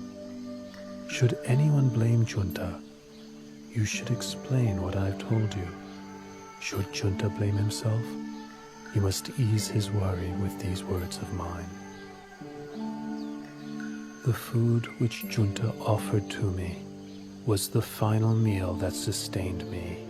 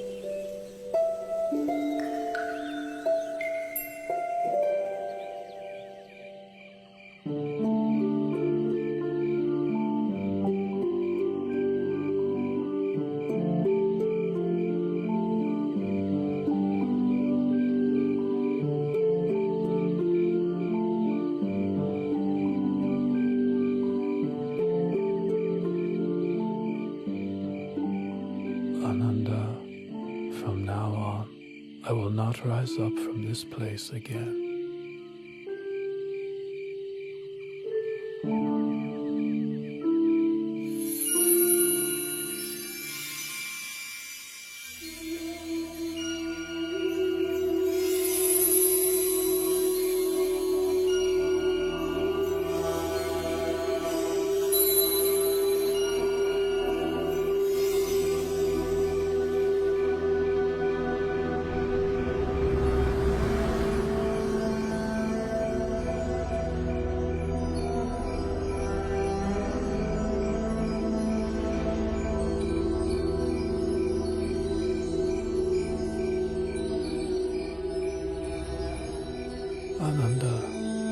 If in the future someone should offer material things of great value as tribute to me, no matter how great the value of such thing, such a tribute would not be the highest homage.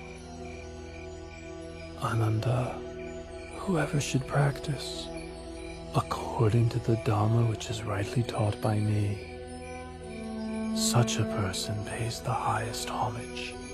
Ananda, I will pass into Parinibbana tonight. Lord Buddha, please don't pass away in a small town as Kusinara. Please travel on to a large city, such as Savatthi, Kosambi, or Varanasi. These cities have large numbers of noble, Brahmins, and householders who have great faith in you and the lessons you have given them. Ananda, do not fault Kusinara for being such a small town. In the past, it was a great capital city with tremendous wealth, abundant food, and many citizens. The sounds of singing and music were heard throughout the day and all night. Another thing, should I go to pass away elsewhere, Supada Paripajaka would not meet with me, and therefore would miss the opportunity to attain enlightenment. If I should attain to Parinibbana in another city, a great war would break out with squabbling over my bodily relics as the cause. Here in Kusinara lives Donna the Brahmin. He is capable of quelling such disputes. He will distribute the relics of my cremated body amongst the nobles who come here from many different cities. As a result, there will be no war. These are the reasons I have made the effort to reach Kusinara. In the past, great numbers of those with faith in the Dhamma would travel from every direction to seek you out. listen to your teachings, and ask you questions. But from now on, all those people and myself will be deprived of the opportunity to see you and to have an audience with you. Ananda, there are 4 places which are apt for recollection of me. 1. Lumpini Park, where I was born. 2. Bodh Gaya in the state of Magadha, where I was enlightened. 3. The Deer Park at Isipatana, where I gave the first Dhamma teaching. And finally, the place of my Parinibbana Salavana Park in Kusinara, right here. Those who make pilgrimage to these 4 locations will experience disenchantment with the world and feel inspiration to follow in my footsteps. Lord Buddha, in this celibate life, one often encounters women. Some are mothers, sisters, and relatives of monks. Others are those with faith in the Triple Gem. How should a bhikkhu practice in relation to women? Ananda, a bhikkhu ought not to look at women at all. It is better this way. But if a bhikkhu must see women, how should he behave towards them? Ananda, if it's necessary to see women, they ought not to engage in conversation with them. It is better this way. If it is necessary to converse with women, how should a bhikkhu practice? In that case, a bhikkhu should have well-controlled mindfulness and sense restraint. He should have orderly speech and guard his mind from falling prey to lust or infatuation. The beautiful things of this world themselves are not sense desire, but the lust which arises in one's mind due to unwholesome intention, that is a person's sense desire. Once one has abandoned pleasure in unwholesome states, beautiful objects of this world still exist, but there is no way one can be harmed by them.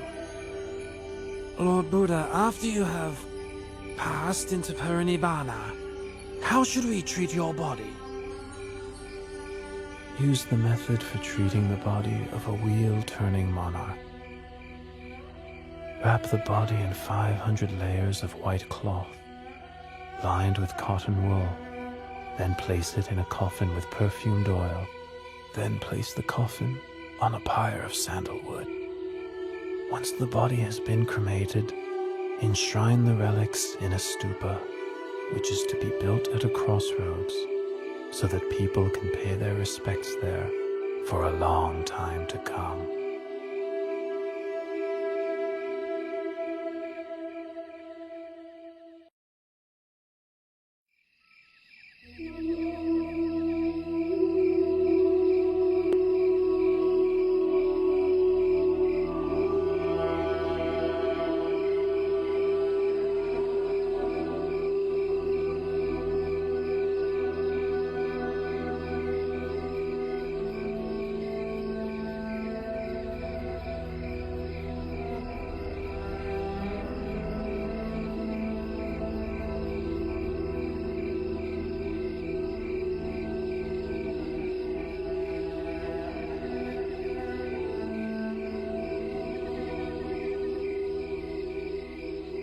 Supata is intent on having audience with the Buddha.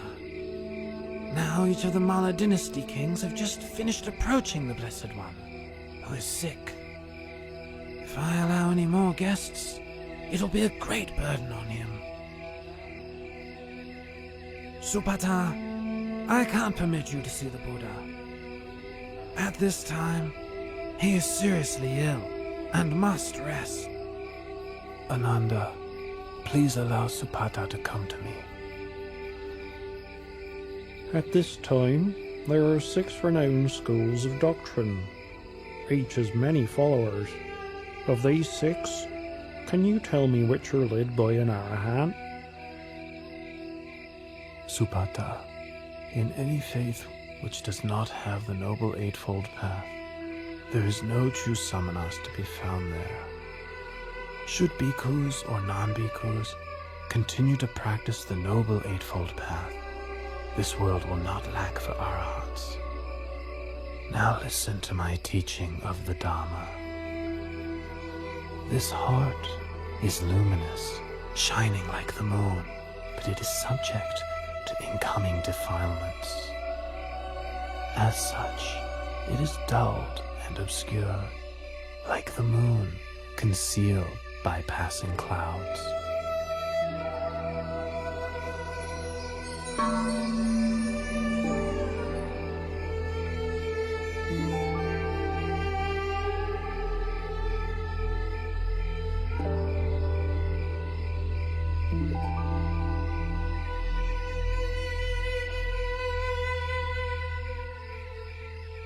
Lord Buddha, teacher of the most excellent Dhamma, you make right that which I've wrongly seen for so very long. Please may I take ordination in the Buddha's dispensation? Ananda, please take on the task of ordaining Supata as a bhikkhu.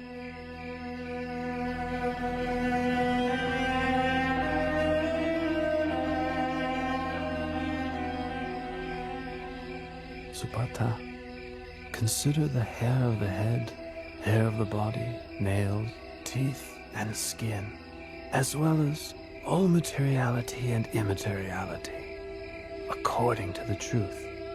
Such things are changing, decaying, impermanent, suffering and not self, not a being, not a person, not I, not mine, not myself, not him, not his, not himself. Supata, your supports for the holy life will be alms food, simple robes to cover yourself, the base of a tree for lodging, and fermented urine for medicine, following the ways of nature.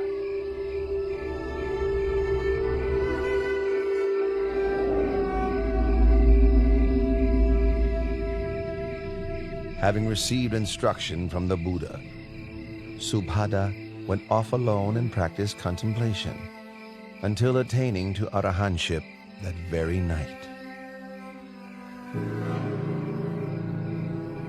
Venerable Subhada is considered to be the last disciple who attained to enlightenment while the Buddha was still alive.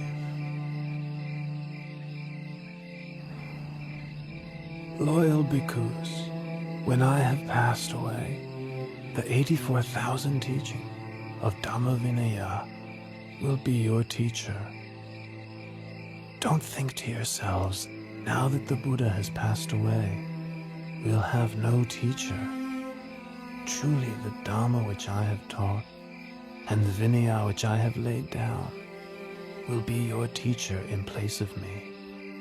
You must take the Dhamma Vinaya as your refuge. Don't take anything else as your refuge. Even I, the Tathagata, am only the one who points the way.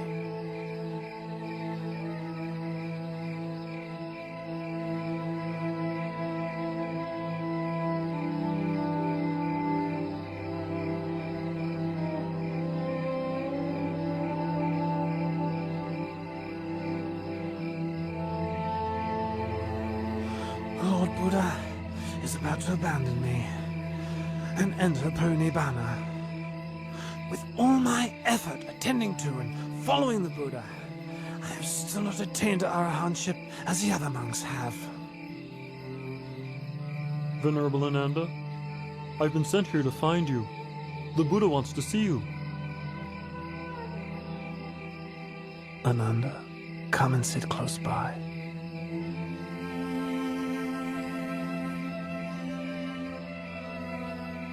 Ananda, don't be consumed by sorrow. It's natural for all conditioned things not to last. All that arises must decay, break apart, and pass away. You have traveled with and cared for me for a long time. Now you must make efforts towards your own liberation. In no long time, you will be fully enlightened.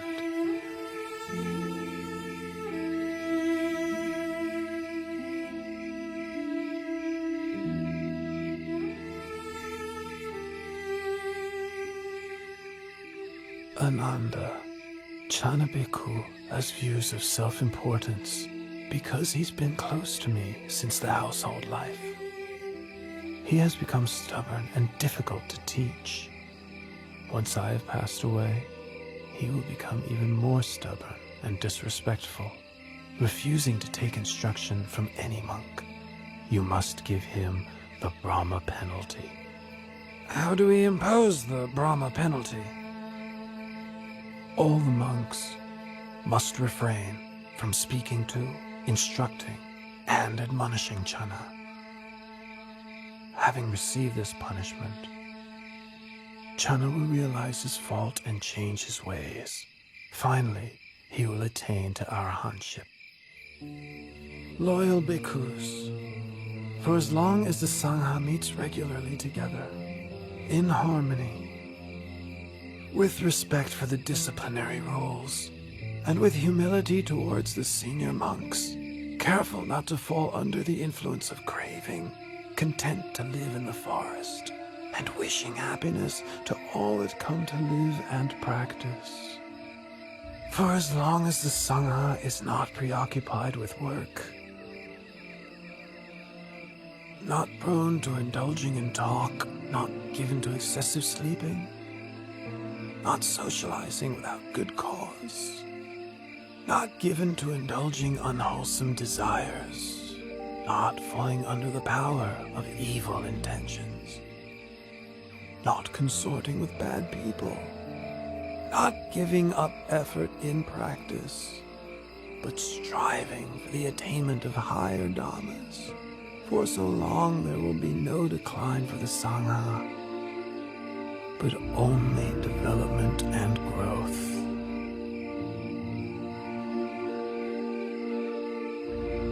Bhikkhus, I remind you that all conditioned things are of the nature to decline and cease. Free of heedlessness, develop yourselves and benefit others to the utmost.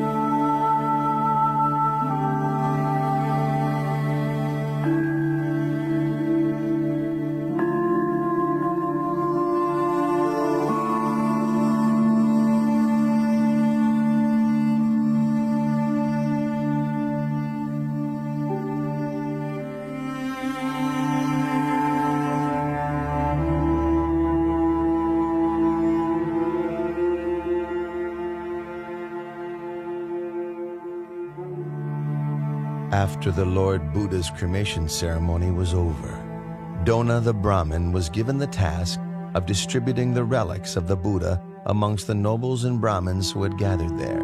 In each of the 8 states represented, a stupa, or chediya, was built for enshrining the relics, so that people could pay their respects to the remains of the Buddha. 1. King Ajatasattu of Magadha built a stupa in Rajagaha. 2. The Likhavis built a stupa in Vesali. 3. The Sakayan royalty built a stupa in Kapilavatu. 4. The Mauryan royalty built a stupa in the city of Alkapa. 5. The Kolian royalty built a stupa at Ramagama. 6. The Malla royalty built a stupa in the city of Pava. 7. The Malla royalty of Kusinara built a stupa in Kusinara. 8. The Brahmins of Vetadipa built a stupa in the city of Vetadipa. As for Dona Brahmin, he built a stupa at Kusinara for housing the golden urn, which had contained the relics of the Buddha before they were distributed. This reliquary is known as Tumba Stupa, or Tumba Jediya. 3 months after the Buddha laid down the khandhas and attained parinibbana, Venerable Maha Kassapa led the Sangha in the first rehearsal of the Dhamma Vinaya at the cave of Satapana on Mount Vebhara, outside of Rajagaha, with King Ajatasattu as the royal host. After the duration of 7 months, the first rehearsal of the Dhamma Vinaya came to its conclusion.